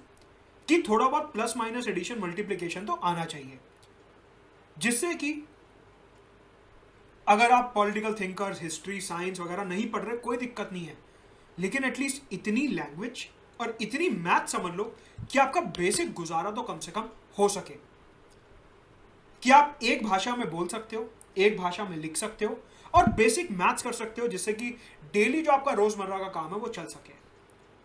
तो बेसिक लिटरेसी और बेसिक न्यूमरेसी को ध्यान में रखते हुए इन चीजों को प्रमोट करने के लिए ministry of HRD national mission on foundational literacy and numeracy लेके आएगा।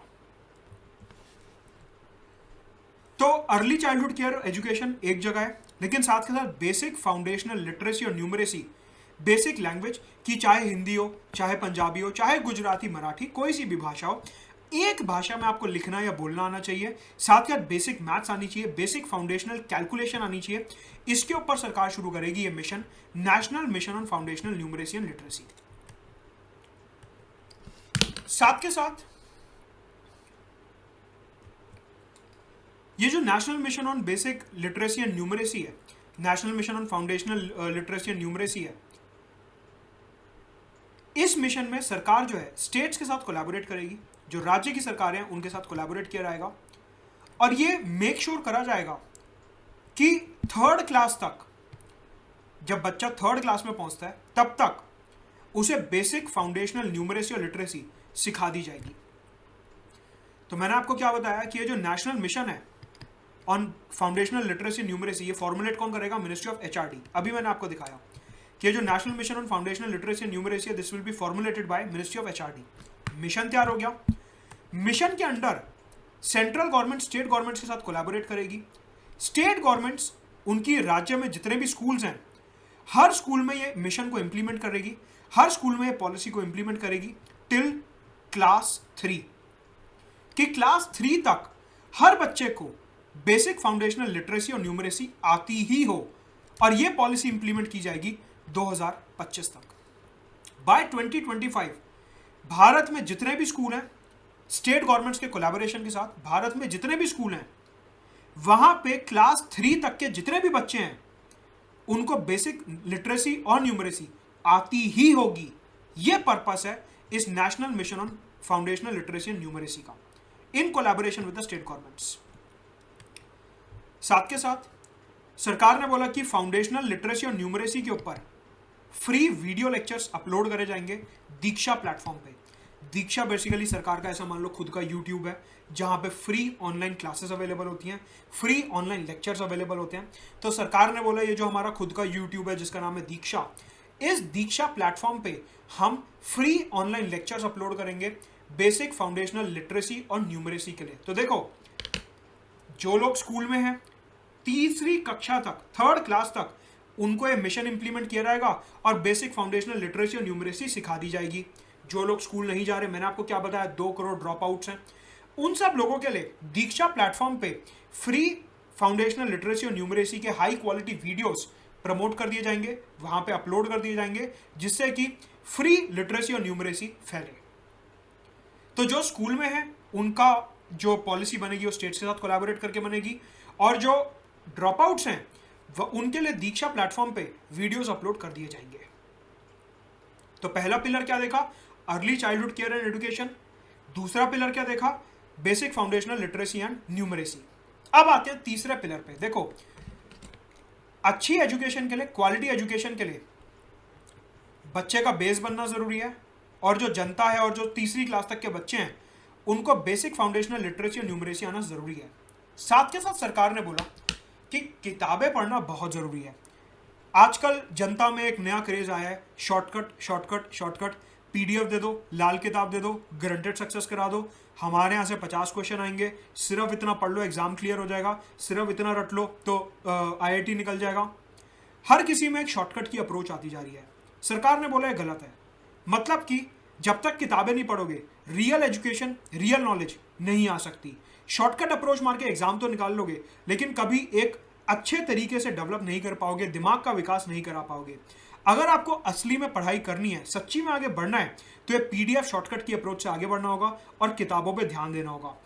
किताबों को प्रमोट करने के लिए, स्टूडेंट्स में किताब पढ़ने की आदत डालने के लिए सरकार लेके आ रही है नेशनल बुक प्रमोशन पॉलिसी, कि हर कोई किताब पढ़े, जो टेक्स्ट है उसे पढ़े, सीखे वहां से, और ये जो शॉर्टकट अप्रोच है, नोट्स की, पीडीएफ्स की, फोटो सेट करा के पढ़ने की, कुंजी वगैरह से पढ़ने की, इन अप्रोच से बाहर आए और बुक्स पढ़े। National books promotion policy. तो 3 चीजें देख ली, early childhood care and education, national mission on foundational literacy and numeracy, और national books promotion policy. Play school में जाओ, पढ़ाई करो, बेसिक फाउंडेशनल लिटरेसी और न्यूमरेसी सीखो, किताबें पढ़ो, आगे बढ़ो। एक पूरी स्ट्रक्चर्ड अप्रोच है। नाउ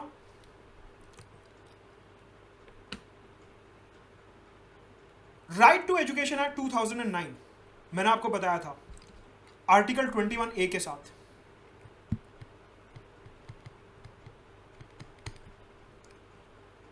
जिसमें बोला जाता है कि 6 से 14 साल की उम्र के जो बच्चे हैं इनको फ्री और कंपलसरी एजुकेशन दी जाएगी। आर्टिकल 21A और राइट टू एजुकेशन एक्ट 2009, इसके अंदर 6 से 14 साल की उम्र के बच्चों को फ्री और कंपलसरी एजुकेशन दी जाएगी, ऐसा मैंने बताया था। इसकी वजह से क्या हुआ, इस एक्ट का सबसे पॉजिटिव एस्पेक्ट ये हुआ कि जो 6 से 14 साल की उम्र के बच्चे थे, इन्होंने ऑलमोस्ट 100% बच्चों ने अपना नाम स्कूल में लिखवा लिया। इसे क्या कहते हैं, यूनिवर्सल एनरोलमेंट, कि देश के 100% बच्चों ने, 6 से 14 साल की उम्र के जो 100% बच्चे हैं ऑलमोस्ट, उन्होंने अपना अपना नाम स्कूल में लिखवा लिया, स्कूल में एडमिशन ले लिया। मतलब कि जो ग्रॉस एनरोलमेंट रेशियो है वो 100% पहुंच गया। सवाल उठता है कि ग्रॉस एनरोलमेंट रेशियो क्या है। ग्रॉस एनरोलमेंट रेशियो वैसे तो मैं आगे बताऊंगा क्या होता है, लेकिन यहां पे समझिए कि जो ग्रॉस एनरोलमेंट रेशियो है, that is students in school, कि कितने बच्चे स्कूल में हैं, डिवाइडेड बाय उस उम्र के कितने बच्चे हमारे देश में। फॉर एग्जाम्पल, 6 से 14 साल की उम्र के हमारे देश में 1000 बच्चे हैं। सपोज एक एग्जाम्पल लेते हैं, 6 से 14 साल की उम्र के हमारे देश में 1000 बच्चे हैं। 6 से 14 साल की उम्र के 500 बच्चे स्कूल में हैं। 1000 बच्चे हमारे देश में हैं और 500 बच्चे स्कूल में हैं। मतलब कि 500 बच्चे स्कूल में हैं और 1000 बच्चे टोटल हैं, तो ग्रॉस एनरोलमेंट रेशियो कितना हो गया? 50%, 50%। कि एक्चुअल में कितने बच्चे स्कूल में हैं डिवाइडेड बाय उस उम्र के, उस एज ग्रुप के कितने बच्चे हमारे देश में हैं, इसे कहते हैं gross enrolment ratio. Gross enrolment ratio, right. ये आप अलग अलग क्लासेस के लिए निकाल सकते हो। फॉर एग्जाम्पल अगर हम बात करें कि 18 साल के कितने बच्चे 12th क्लास में, लेट अस से 100 बच्चे, हमारे को पता है 18 ईयर्स की एज में 12th क्लास में पहुंच जाते हैं। लेट अस से 18 साल की उम्र के 100 बच्चे हैं देश में, 18 साल की उम्र के 100 बच्चे हैं देश में, और इसमें से 18 साल की उम्र के सिर्फ 20 बच्चे 12th क्लास में पढ़ रहे हैं, तो gross enrolment ratio 12th class में कितना हो गया? 20/100। कि 20 बच्चे 12th क्लास में जा रहे हैं, एक्चुअल में 100 को जाना चाहिए था। एक्चुअल में 100 की उम्र है 12th क्लास में जाने की, लेकिन सिर्फ 20 जा रहे हैं। इसे कहते हैं ग्रॉस एनरोलमेंट रेशियो। तो डेटा हमारे को दिखाता है कि राइट टू एजुकेशन एक्ट 2009 की वजह से हमारे देश में नियर यूनिवर्सल एनरोलमेंट रेट है प्राइमरी एजुकेशन में।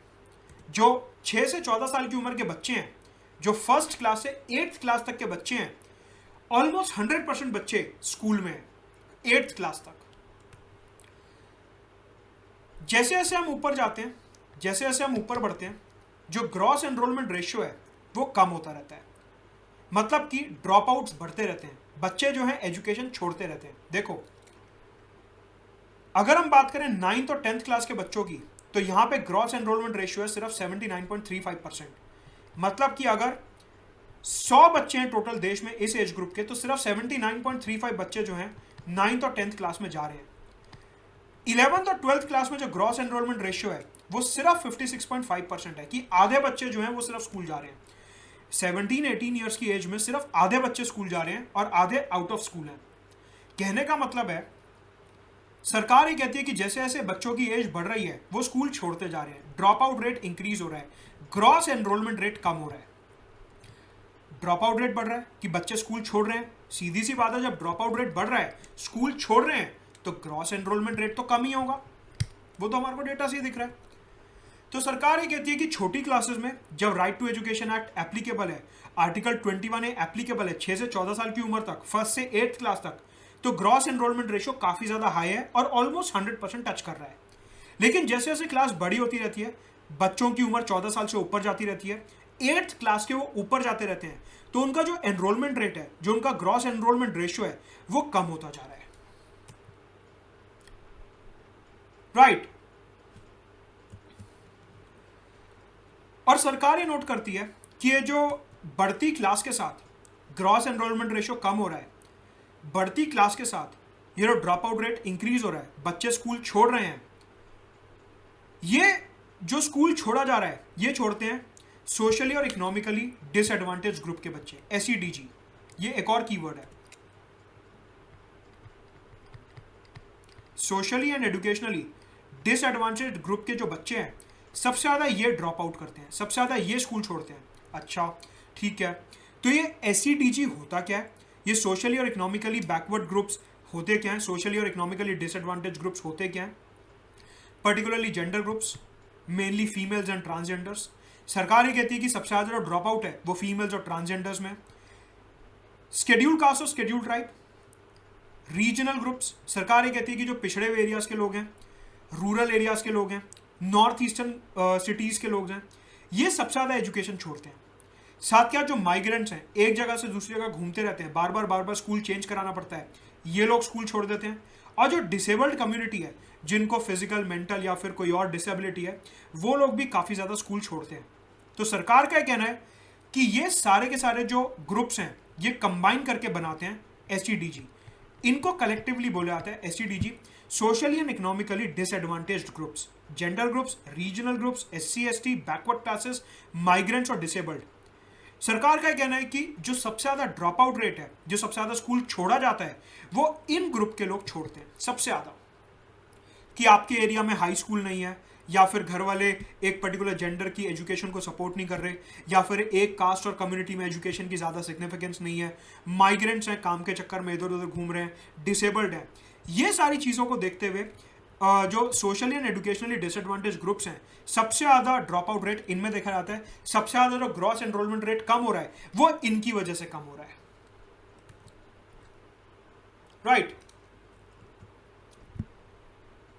अब बात करते हैं, हमने काफ़ी सारी चीज़ें देख ली अभी तक कि हमने अर्ली चाइल्डहुड केयर और एजुकेशन देख लिया, नेशनल बुक्स प्रमोशन पॉलिसी देख ली, national mission on foundational literacy and numeracy देख लिया, साथ ही साथ social and economically disadvantage groups देख लिया। अब बात करेंगे कि स्कूल में किस तरीके के रिफॉर्म्स आने चाहिए, पर्टिकुलरली जो स्कूल करिकुला है, जो स्कूल पीडागॉगी है, क्या पढ़ाया जाना चाहिए, कैसे पढ़ाया जाना चाहिए, इन सब मुद्दों के ऊपर बात करेंगे। सबसे पहले अगर करिकुला की बात करें, what is to be taught, क्या पढ़ाया जाना चाहिए, पीडागॉगी का मतलब होता है कैसे पढ़ाया जाना चाहिए, इन दोनों एस्पेक्ट्स को रिफॉर्म किया जाएगा, चेंज किया जाएगा, जिससे कि लर्निंग आउटकम्स बढ़ाए जा सके। मैंने आपको पहले भी बताया कि सरकार का ऑब्जेक्टिव सिर्फ स्कूल में एडमिशन कराना नहीं है, बट लर्निंग आउटकम्स इंश्योर करना भी है। साथ ही साथ सरकार ने बोला कि जो करिकुलर कंटेंट है, सिलेबस है, उसे कम किया जाएगा, जो इररिलेवेंट टॉपिक्स हैं उन्हें हटा दिया जाएगा। साथ के साथ focus upon critical thinking, essential skills, कि आउट ऑफ द बॉक्स कुछ सोचो, सिर्फ और सिर्फ अकबर, बाबर, बीरबल, हुमायूं रट के कोई पॉइंट नहीं है, आगे भी बढ़ो थोड़ा, ये सब जानना जरूरी है, नो डाउट इंडिया को जानना जरूरी है, बट साथ के साथ क्रिटिकल थिंकिंग और एसेंशियल स्किल्स के बारे में भी पता होना चाहिए। ऑल्सो सरकार ने बोला कि हमारा इस बार नया फोकस रहेगा एक्सपीरियंशियल लर्निंग पे, एक्सपीरियंशियल लर्निंग पे ज्यादा फोकस रहेगा, कि practical skills, experience based knowledge, इसके ऊपर काफी ज्यादा फोकस रहने वाला है।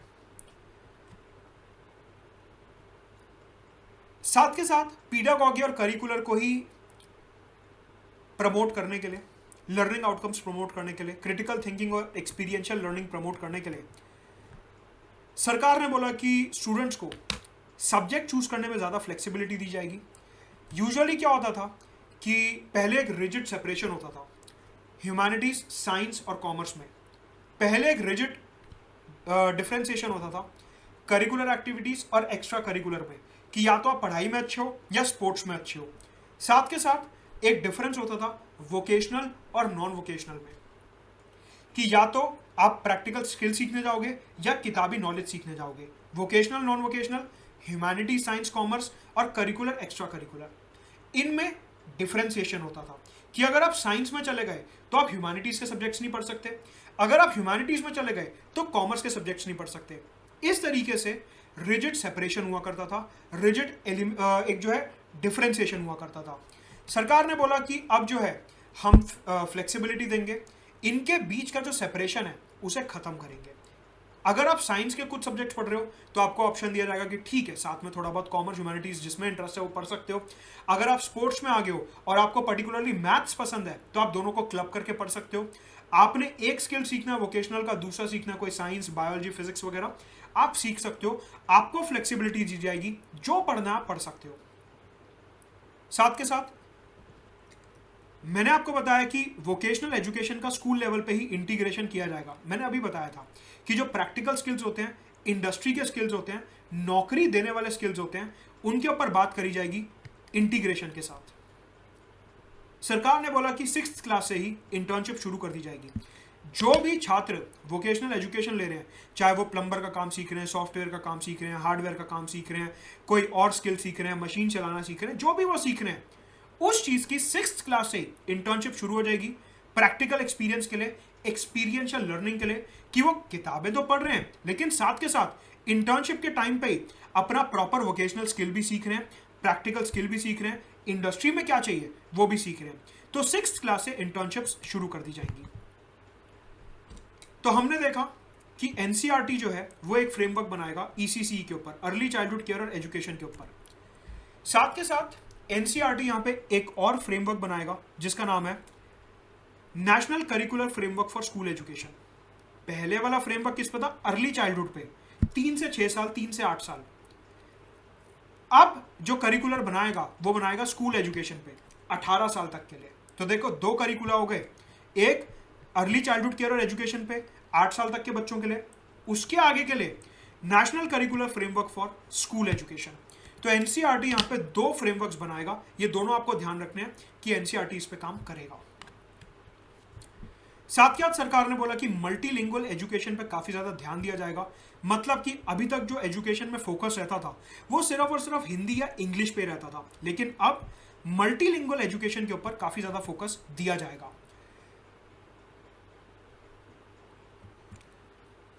तो सबसे पहले नेशनल एजुकेशन पॉलिसी 2020 में बोला गया कि जो क्लास 5 है, क्लास 5 तक जितनी भी पढ़ाई दी जाएगी वो मदर टंग में दी जाएगी। आपकी लैंग्वेज कोई सी भी हो, आप कोई सी भी मदर टंग बोलते हो, सरकार इस पॉलिसी के अंदर ये इंश्योर करेगी कि क्लास 5 तक आपको मदर टंग में ही पूरी की पूरी एजुकेशन दी जा रही है। कोशिश ये करी जाएगी कि 8th क्लास तक और उसके आगे भी मदर टंग में ही एजुकेशन प्रोवाइड करी जाए, बट क्लास 5 तक तो मैंडेटरी कर दिया जाएगा कि 5वीं कक्षा तक आपको जो एजुकेशन दी जाएगी वो आपकी मदर टंग में दी जाएगी। उसके आगे इफ पॉसिबल 8th क्लास, अगर उसके भी आगे इफ पॉसिबल तो हायर एजुकेशन तक मदर टंग में आपको लैंग्वेज में एजुकेशन प्रोवाइड करी जाएगी। ऑल्सो संस्कृत के ऊपर काफी ज्यादा फोकस रहा है सरकार का। 1st क्लास से लेकर 12th क्लास तक हर लेवल पे Sanskrit will be available as an option. जो भी छात्र किसी भी स्कूल के लेवल पे संस्कृत पढ़ना चाहते हैं उनको संस्कृत का पूरा ऑप्शन दिया जाएगा। किसी भी लेवल पे अगर वो संस्कृत पढ़ना चाहते हैं तो वो जो फैसिलिटीज हैं वो प्रोवाइड कराई जाएंगी टीचिंग वगैरह की। साथ के साथ एक सरकार का 3 लैंग्वेज फॉर्मूला है, अभी बता रहा हूं जस्ट क्या है, उसमें भी संस्कृत को इंक्लूड कर दिया गया है। क्या है 3 लैंग्वेज फॉर्मूला, अभी उसी पे आ रहा हूं। कहने का मतलब है कि सरकार का यहां पे अपनी वर्नैक्युलर लैंग्वेजेस पे, अपने देश की भाषाओं पे काफी ज्यादा फोकस रहा है। मतलब कि 5th क्लास तक वर्नैक्युलर लैंग्वेज, मदर टंग, उसके आगे कोशिश करेंगे जितना ज्यादा वर्नैक्युलर में एजुकेशन प्रोवाइड कर पाए उतना। और संस्कृत तो एक ऐसी लैंग्वेज है जो हर लेवल पे अवेलेबल होगी, चाहे कोई सा भी स्टेट हो। तो यहां पे आप एक चीज देखिए, मैंने आपको क्या बताया कि स्टेट्स के साथ कोलैबोरेट करके एक मिशन लॉन्च किया जाएगा, national mission on foundational literacy and numeracy. और वो कौन सी क्लास तक के लिए था? क्लास 3 तक के लिए। और यहां पे हम बात कर रहे हैं कि मदर टंग में क्लास 5 तक सारी एजुकेशन प्रोवाइड करी जाएगी। अगर हम दोनों पॉलिसीज को लिंक करें, दोनों डॉट्स को कनेक्ट करें, तो यहां से यह प्रावधान निकल के आता है कि बेसिक फाउंडेशनल लिटरेसी और न्यूमरेसी जो है वो मदर टंग में प्रोवाइड करी जाएगी। अगर हम दोनों प्रोविजंस को लिंक कर दें तो यह निकलता है कि जो बेसिक फाउंडेशनल लिटरेसी और न्यूमरेसी क्लास 3 तक के बच्चों के लिए प्रोवाइड की जाएगी वो मदर टंग में प्रोवाइड करी जाएगी as per this particular policy. साथ के साथ मल्टीलिंगुअल एजुकेशन में ही एक तो संस्कृत हर लेवल पे अवेलेबल होगी, मदर टंग में एजुकेशन प्रोवाइड करी जाएगी। इसके अलावा सरकार 3 लैंग्वेज फॉर्मूला लेके आई है। 3 लैंग्वेज फॉर्मूला के अंदर जो स्कूल के छात्र हैं उनको 3 लैंग्वेजेस पढ़ाई जाएंगी, कोई सी भी 3 लैंग्वेजेस पढ़ाई जाएंगी। सरकार ने यहां पे साफ बोला है कि किसी के भी ऊपर कोई भी लैंग्वेज इंपोज नहीं करी जाएगी। स्टेट्स की अपनी मर्जी है वो कौन सी लैंग्वेज अपनी स्टेट में पढ़ाना चाहते हैं। केंद्र की सरकार किसी को भी फोर्स नहीं करेगी। तो अगर आपको जीएस मेंस पेपर 2 पॉलिटी में लिखने के लिए कोई आंसर आता है, उसमें आप ये पॉइंट यूज कर सकते हो कि सरकार in the spirit of federalism किसी भी स्टेट के ऊपर कोई लैंग्वेज इंपोज नहीं करती। Even in the national education policy 2020 सरकार ने स्टेट्स को पूरी फ्रीडम दी है कि आप 3 लैंग्वेज फॉर्मूला में जो लैंग्वेज पढ़ाना चाहते हो आप पढ़ा सकते हो, कोई कंपल्शन नहीं है आपके ऊपर। तो ये जो 3 लैंग्वेजेस हैं, क्योंकि कोई भी लैंग्वेज इंपोज नहीं करी जाएगी तो स्टेट्स और स्टेट्स के स्टूडेंट्स मिलके कोई सी भी 3 लैंग्वेजेस चुन लेंगे। साथ ही ये बोला गया कि जो 3 लैंग्वेजेस आप चुनोगे उसमें से 2 लैंग्वेजेस नेटिव टू इंडिया होनी चाहिए। 3 में से 2 लैंग्वेजेस ऐसी होनी चाहिए जो इंडिया में ही ओरिजिनेट हुई हो, जैसे कि कन्नड़ा, तमिल, तेलुगु, मलयाली, गुजराती, मराठी, बंगाली, जितनी भी ये लैंग्वेजेस हैं जो इंडिया में ओरिजिनेट हुई हैं। 3 में से 2 लैंग्वेजेस ऐसी होनी चाहिए जो इंडिया की हैं। 1 लैंग्वेज आप बाहर की ले सकते हो। और जैसा कि मैंने बताया, Sanskrit will be available at all the levels. Sanskrit को यहाँ पे एक स्पेशल स्टेटस दिया गया है कि हर लेवल पे संस्कृत अवेलेबल रहेगी। अच्छा, एक चीज यहाँ पे ध्यान रखिए कि जो इंग्लिश लैंग्वेज है वो इंडिया की नेटिव नहीं है, उसे ये माना जाता है कि वो लैंग्वेज बाहर से आई है। तो ये जो 3 लैंग्वेजेस हैं इसमें अगर आप इंग्लिश रख रहे हो 1 लैंग्वेज, तो बाकी 2 लैंग्वेजेस ऐसी होनी चाहिए जो इंडिया की नेटिव हो, जो इंडिया की ही हो। फॉर एग्जाम्पल लेट अस, अगर तमिलनाडु में पॉलिसी इंप्लीमेंट हो रही तो आपने एक हिंदी ले ली या एक तमिल ले ली, या फिर एक संस्कृत ले ली एक तमिल ले ली, जैसा भी स्टेट्स और स्टूडेंट्स चाहें उस तरीके से आप 2 लैंग्वेजेस नेटिव टू इंडिया ले सकते हो। हिंदी की कोई कंपल्शन नहीं है कि आपको हिंदी लेनी ही लेनी है, उसकी कोई कंपल्शन नहीं है। यहां पे लिखा है कि कोई भी लैंग्वेज इंपोज नहीं करी जाएगी, राइट। साथ के साथ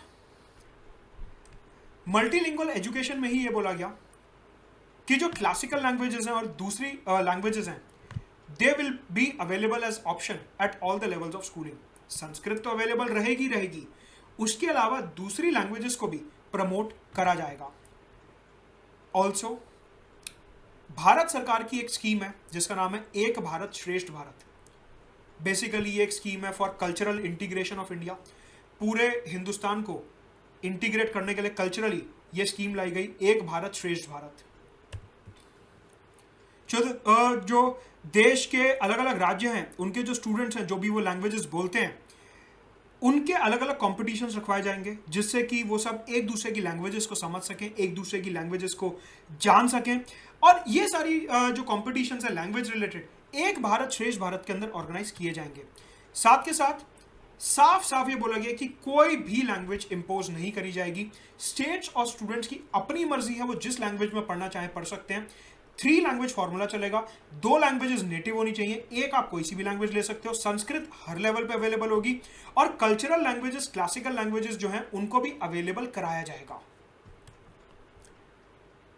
साथ के साथ एजुकेशन मल्टीलिंगुअल कॉलम में ही एक बात और करी गई regarding foreign language. Foreign languages जो हैं वो हर लेवल पे अवेलेबल नहीं होंगी। प्लीज ध्यान से सुनिए।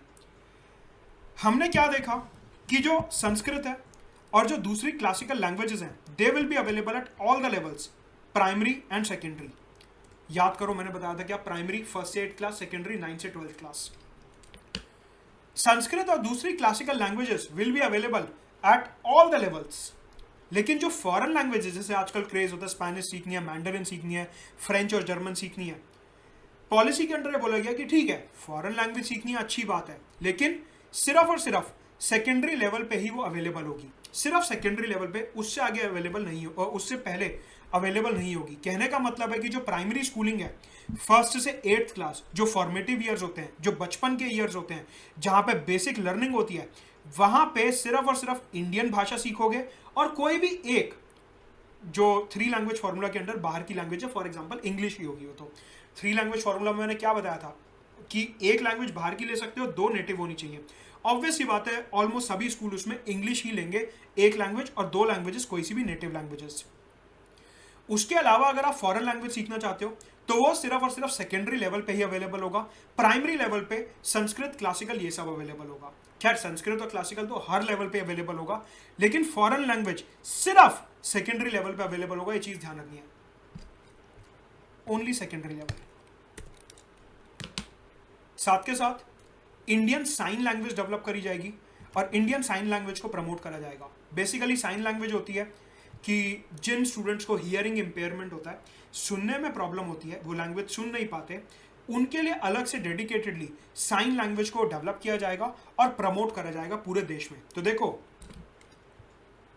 मैंने क्या बताया, SEDG, socially and economically disadvantage groups, उसमें एक कॉलम था डिसेबल्ड का। डिसेबल्ड में हियरिंग इम्पेयरमेंट, मतलब कि इनको प्रमोट करने के लिए साइन लैंग्वेज डेवलप करी जाएगी। कहने का मतलब है अगर आपसे बात की जाती है कि ये पॉलिसी इंक्लूसिव है या नहीं है, तो ये पॉइंट्स शो करके आप दिखा सकते हो कि ये पॉलिसी इंक्लूसिव है, right. Now assessment reforms. Assessment reforms का मतलब है कि जो एग्जामिनेशन होता है, बच्चे का जो असेसमेंट करना होता है, ये देखना होता है कि बच्चे ने कितना सीखा, कहां से सीखा, कैसे सीखा, इसे कहते हैं असेसमेंट रिफॉर्म। अगर हम बात करें कि आज की तारीख में मेथड ऑफ असेसमेंट क्या है, then the current method of assessment is summative assessment. Summative assessment, ये जो आप सेमेस्टर के एंड में साल के एंड में स्कूल में असाइनमेंट्स होते हैं, टर्मिनल एग्जाम्स होते हैं, फाइनल एग्जाम्स होते हैं, यूनिट टेस्ट वगैरह होते हैं, इन्हें कहते हैं समेटिव असेसमेंट।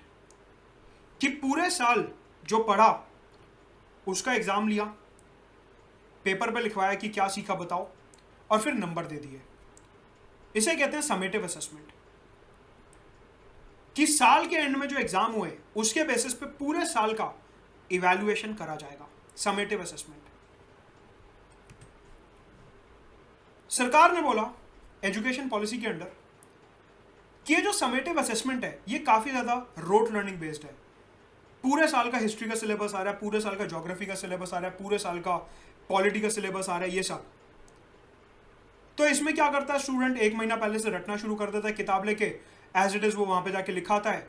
तो बेसिकली हम ये टेस्ट कर रहे हैं कि वो रट कैसा रहा है, हम ये तो देख ही नहीं रहे कि वो समझ कैसा रहा है। समझने की तो हम बात ही नहीं कर रहे, इसका मतलब ये असेसमेंट का तरीका गलत है। तो सरकार ने यहां पे एक नया तरीका बताया है जिसका नाम है फॉर्मेटिव असेसमेंट। अभी तक हम फॉलो कर रहे थे समेटिव असेसमेंट, समेटिव असेसमेंट हटा के नया मेथड लाया जाएगा जिसका नाम है फॉर्मेटिव असेसमेंट।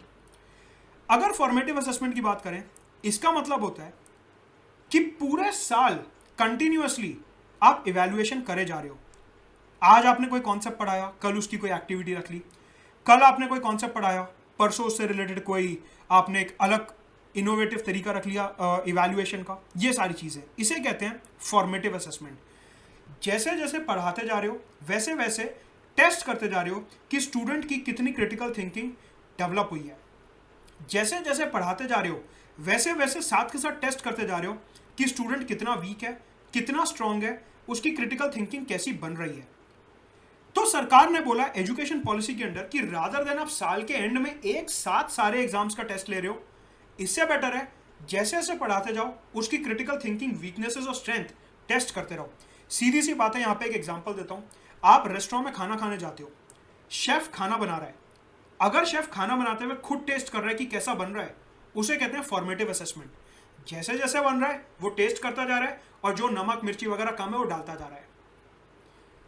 आप कैफे में बैठे हो, वो अंदर से खाना लेके आया, अब जब आप खा के उसे बता रहे हो कि कैसा बना, उसे कहते हैं समेटिव असेसमेंट।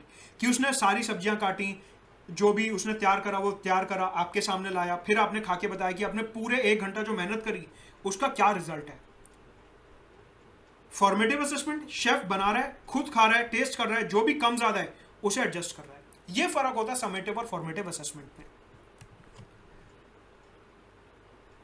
साथ के साथ अगर असेसमेंट रिफॉर्म्स की ही बात करें तो एक तो हमने रिफॉर्म देख लिया कि समेटिव की जगह फॉर्मेटिव हमारे को चाहिए।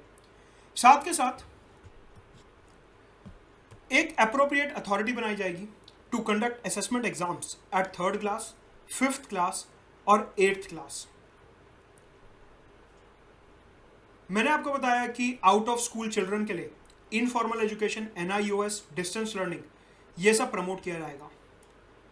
उन लोगों का एग्जाम कैसे लेना है और जो ऑलरेडी स्कूल में हैं उनका एग्जाम कैसे लेना है, दोनों कैटेगरीज के रेगुलर असेसमेंट के लिए एक एप्रोप्रिएट अथॉरिटी बनाई जाएगी।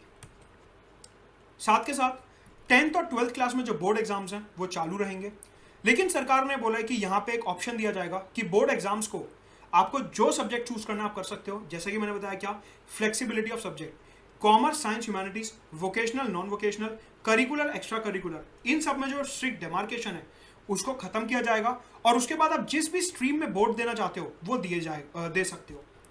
साथ के साथ एक ऑप्शन और दिया जाएगा कि बोर्ड एग्जाम्स आप साल में 2 बार ही दे सकते हो। मतलब कि फॉर एग्जांपल एक टाइम पे आपकी कोई दिक्कत थी, आप पढ़ नहीं पाए, जो भी है, साल में 2 बार बोर्ड एग्जाम्स देने का प्रावधान बनाया जाएगा to make it more flexible for the students. Also एक अथॉरिटी बनाई जाएगी जिसका नाम है परख। बहुत इंपॉर्टेंट अथॉरिटी है, इसको ध्यान रखना, परख। एज फार एज परख इज कंसर्न, इसकी फुल फॉर्म है performance assessment, review and analysis of knowledge for holistic development. अभी इतना बड़ा नाम रख दिया, परख ही याद रख लेना, अभी उतना काफी रहेगा। बेसिकली इसका काम क्या है, मैंने कहा एक एप्रोप्रिएट अथॉरिटी बनाई जाएगी टेस्ट करने के लिए फॉर असेसमेंट। एक एप्रोप्रिएट अथॉरिटी बनाएंगे टेस्ट करने के लिए, असेसमेंट करने के लिए। ठीक है, वो जो अथॉरिटी बनाई जाएगी वो तो टेस्ट लेती रहेगी, 3rd class, 5th class, 8th class, open schooling, distance learning, इन सब का टेस्ट लेती रहेगी। एक बॉडी बनाई जाएगी परख, जिसका काम होगा ये बताना कि स्टैंडर्ड क्या है।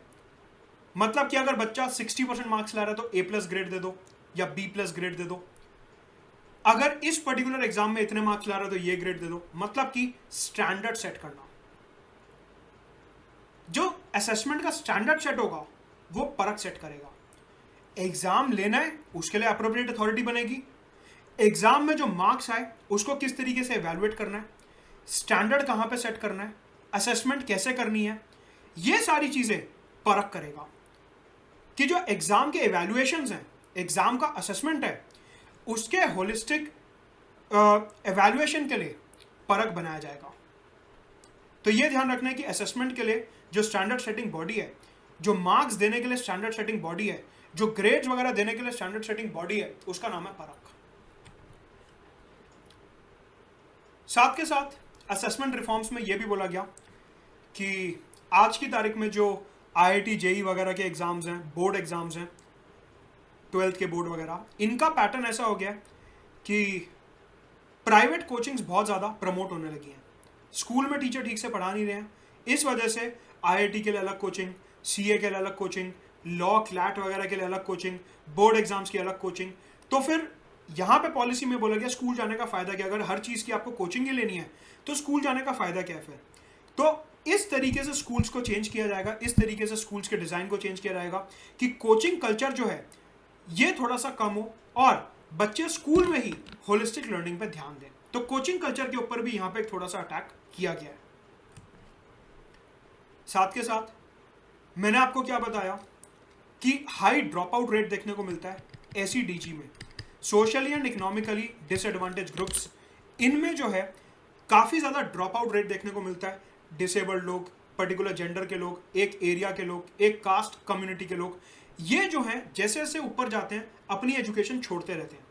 इनको स्कूल में रखने के लिए इंक्लूसिव एजुकेशन का भी प्रावधान बनाया गया है। राइट, सो यहाँ पे एजुकेशन पॉलिसी के अंदर स्पेशल फोकस दिया जाएगा सोशली और इकोनॉमिकली डिसएडवांटेज ग्रुप्स पे। एक जेंडर इंक्लूजन फंड बनाया जाएगा जहां पे गर्ल चाइल्ड और ट्रांसजेंडर्स के ऊपर स्पेशल फोकस होगा। अभी तक जब भी हम जेंडर इंक्लूजन की बात करते थे तो सिर्फ महिलाओं की बात करते थे, गर्ल चाइल्ड की बात करते थे, लेकिन ये पॉलिसी में बहुत ही अच्छा एक स्टेप उठाया गया है कि महिलाओं के साथ साथ ट्रांसजेंडर्स भी स्कूल छोड़ देते हैं। They are the 3rd gender, हमने उन्हें ऑफिशियली रिकॉग्नाइज कर रखा है एज द 3rd जेंडर। तो यहाँ पे जो ट्रांसजेंडर स्कूल छोड़ देते हैं उनके इंक्लूजन पे भी ध्यान दिया जाएगा, उनको भी स्कूलिंग एजुकेशन का इंटीग्रल हिस्सा बनाया जाएगा। साथ के साथ स्पेशल एजुकेशन जोन्स क्रिएट करे जाएंगे। अलग अलग रीजन के जो लोग स्कूल छोड़ देते हैं, नॉर्थ ईस्ट के लोगों ने छोड़ दिया, एक पर्टिकुलर गांव के लोगों ने छोड़ दिया, एटसेट्रा, उनको स्कूल में वापस लाने के लिए स्पेशल एजुकेशन जोन्स क्रिएट करे जाएंगे। राइट, तो मतलब कि स्कूल में मैंने आपको सबसे पहली स्लाइड में क्या बताया था, universal access to education, universal access to pre primary, primary and secondary education. उसी लाइन में access, affordability, quality, accountability, accessibility, इन सब चीजों को, अफोर्डेबिलिटी वगैरह को देखते हुए ये सारे कदम उठाए जा रहे हैं जिससे कि कोई भी एजुकेशन से परे ना रहे, एजुकेशन से दूर ना रहे। साथ के साथ अगर इंक्लूसिव एजुकेशन की ही बात करें, देन जो डिसेबल्ड चिल्ड्रन है, एक तो हमने देख लिया इंडियन साइन लैंग्वेज प्रमोट करी जाएगी हियरिंग डिसेबल्ड के लिए। इसके अलावा जो दूसरे स्टूडेंट्स हैं जिनको दूसरे तरीके की डिसेबिलिटी होती है, उनके लिए अलग से प्रमोशन किया जाएगा, अलग से उनके लिए टेलर मेड सोल्यूशंस लाए जाएंगे। फॉर एग्जांपल, अगर कोई विजुअली इंपेयर्ड है, किसी के लिम्स ठीक से काम नहीं कर रहे, कोई ऑटिस्टिक है, किसी का मेंटल विकास ज़्यादा नहीं हो रहा है, उन सबकी डिसेबिलिटीज़ को ध्यान में रखते हुए इंक्लूसिव एजुकेशन प्रमोट करी जाएगी। साथ के साथ states will be motivated to set up Bal Bhavans. बाल भवन क्या, कुछ भी नहीं है, डे टाइम बोर्डिंग स्कूल्स हैं कि जो पेरेंट्स अपने बच्चों को घर में नहीं रख सकते ड्यू टू सर्टेन सर्कमस्टांसेस या कुछ भी, या जिनको स्पेशल केयर चाहिए, उनके लिए डे टाइम के बोर्डिंग स्कूल्स बनाए जाएंगे इन द फॉर्म ऑफ बाल भवन। तो इंक्लूसिव पॉलिसी में हमने देखा gender inclusion fund, special education zones, इधर डिसेबल्ड चिल्ड्रन के लिए स्पेशल फोकस और बाल भवन्स।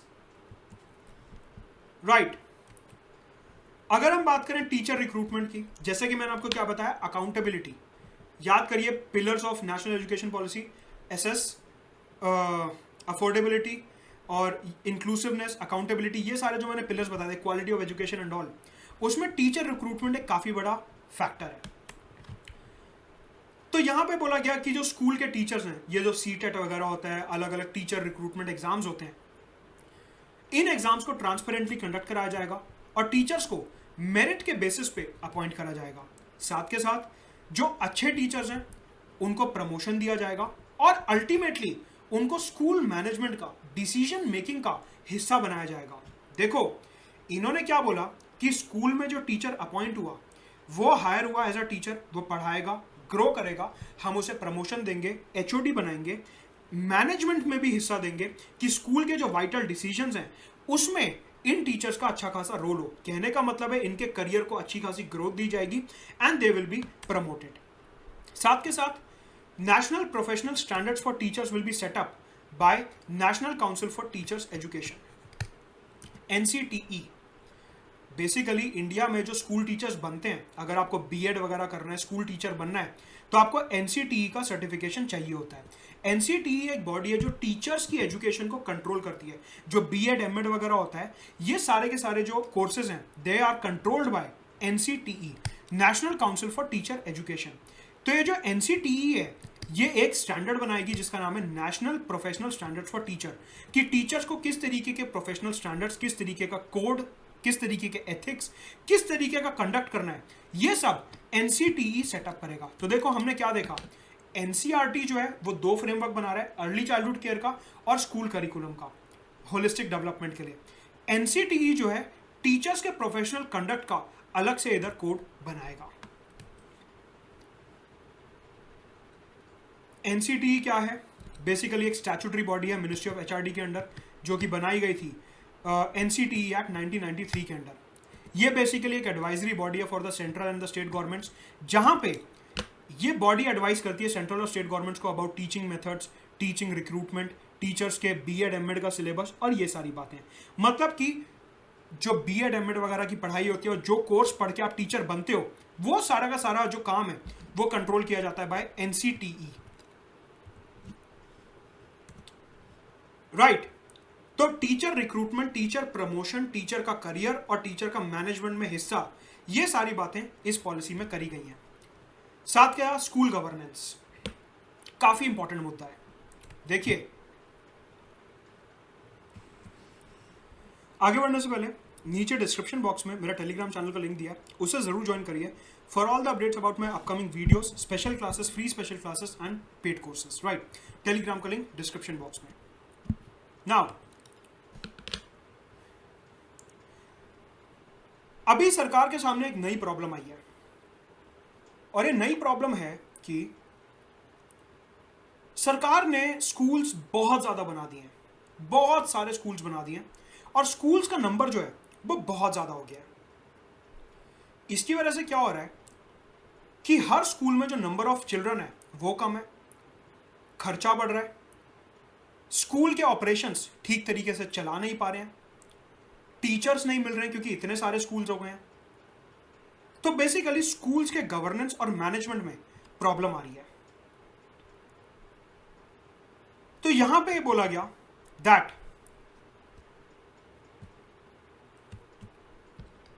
स्कूल्स को ग्रुप कर दिया जाएगा कॉम्प्लेक्सेस में। एक एरिया में जो बहुत सारे स्कूल्स हैं उनको कंबाइन करके एक चेन ऑफ स्कूल्स बना दिया जाएगा, एक कॉम्प्लेक्स ऑफ स्कूल बना दिया जाएगा and they will be treated as single school.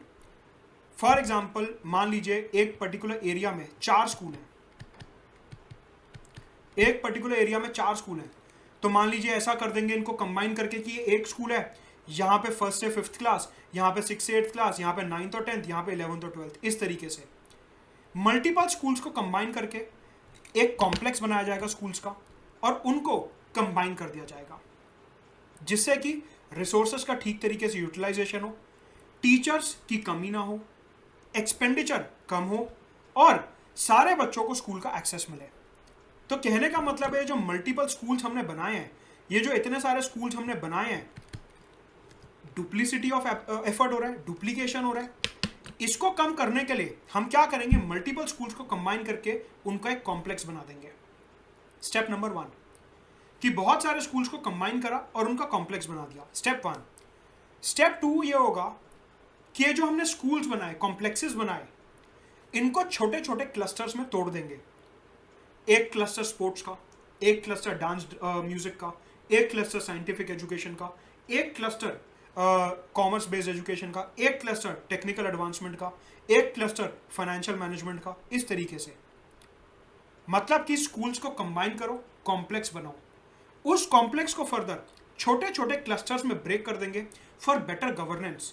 कि म्यूजिक डिपार्टमेंट अपना अलग गवर्नेंस देख रहा है, साइंस डिपार्टमेंट अपना अलग गवर्नेंस देख रहा है, कॉमर्स वाला अपना अलग गवर्नेंस देख रहा है, जिससे कि हर पिलर पे पूरा फोकस रहे और कोई भी प्रॉब्लम हो वो हायर मैनेजमेंट तक सीधा जा सके। तो कहने का मतलब है स्कूल्स को कंबाइन कर दिया और कंबाइन करने के बाद इन्हें क्लस्टर्स में ब्रेक कर दिया, जिससे कि सारे के सारे पिलर्स हायर मैनेजमेंट के साथ सीधे तरीके से जुड़े रहें। कोई भी प्रॉब्लम हो, म्यूजिक में कोई दिक्कत आई, हायर मैनेजमेंट को बता दिया, कॉमर्स में कोई दिक्कत आई, हायर मैनेजमेंट को बता दिया, लेबोरेटरीज वगैरह में कोई दिक्कत आई, हायर मैनेजमेंट को बता दिया। इस तरीके से गवर्नेंस को इंप्रूव करने के लिए, टीचर्स का नंबर रैशनलाइज करने के लिए, ऑपरेशनल कॉस्ट कम करने के लिए पहले स्कूल्स को कंबाइन करके कॉम्प्लेक्सेस बनाओ और उन कॉम्प्लेक्सेस को छोटे छोटे क्लस्टर्स में ब्रेक कर दो। गवर्नेंस ऑफ द स्कूल्स बहुत इंपॉर्टेंट है। साथ के साथ मैंने क्या बताया था आपको, नेशनल एजुकेशन पॉलिसी में काफी इंपॉर्टेंट पिलर है जिसका नाम है अकाउंटेबिलिटी। कि स्कूल्स वहां पे क्या हो रहा है, मेरिट है या नहीं है, सबको ट्रांसपेरेंटली हो रहा है नहीं हो रहा, ये सारी चीजें देखने के लिए स्कूल्स का ऑडिट करा जाएगा प्रॉपर तरीके से। तो बेसिकली क्या हो रहा है इधर कि स्टेट्स और यूटीज जो हैं they will set up state school standard authority, triple SA, state school standard authority. देखो अभी हमने एक स्टैंडर्ड सेटिंग अथॉरिटी देखी थी असेसमेंट के लिए, परख, वो थी जो एग्जाम्स हो रहे हैं उनका एवेल्युएशन, उनके ग्रेड्स, उनके मार्क्स, वो उसले था। यहां पे बात हो रही है ओवरऑल स्कूल की, कॉम्प्लेक्सेस की, क्लस्टर्स की, इन सब की बात हो रही है। स्कूल गवर्नेंस की बात हो रही है कि जो स्कूल में काम चल रहा है वो मेरिट पे चल रहा है नहीं चल रहा, ट्रांसपेरेंटली चल रहा है नहीं चल रहा, यहां पे वो बात हो रही है। कहने का मतलब है कि स्टेट्स और यूनियन टेरिटरीज जो हैं ये अपनी अपनी खुद की स्टेट स्कूल स्टैंडर्ड अथॉरिटी बनाएंगे और उसके बाद इनका प्रॉपर ऑडिट किया जाएगा और अकाउंटेबिलिटी वगैरह इंश्योर करी जाएगी, ट्रांसपेरेंसी इंश्योर करी जाएगी। ये जो स्टेट स्कूल स्टैंडर्ड अथॉरिटी है ये गाइडलाइंस ले डाउन करेगी कि स्कूल्स को किस तरीके से चलाया जाना चाहिए। स्कूल स्टैंडर्ड अकाउंटेबिलिटी वाला पिलर याद करिए। तो अभी तक हमने क्या देखा, एसेसिबिलिटी देखी, अफोर्डेबिलिटी देखी, इंक्लूजन देखा, क्वालिटी देखी, अकाउंटेबिलिटी देखी, मिशंस देखे बेसिक फाउंडेशन पे, मल्टीलिंगुअल एजुकेशन देखी, ये सारी चीजें अभी तक हमने देखी। तो बेसिकली नेशनल एजुकेशन पॉलिसी, उसमें इंट्रो पार्ट देख लिया कॉन्स्टिट्यूशन वाला, बॉडी में स्कूल एजुकेशन देख लिया। नाउ ये वाला पार्ट यहीं पे खत्म करेंगे, पार्ट 1 थोड़ा सा ज्यादा लंबा हो गया, इसका पार्ट 2 आएगा जिसमें हायर एजुकेशन और कंक्लूजन को कवर करेंगे। डिस्क्रिप्शन बॉक्स में टेलीग्राम चैनल का लिंक दिया है, जरूर ज्वाइन करिए and do use my referral code Mudit Gupta for 10% discount.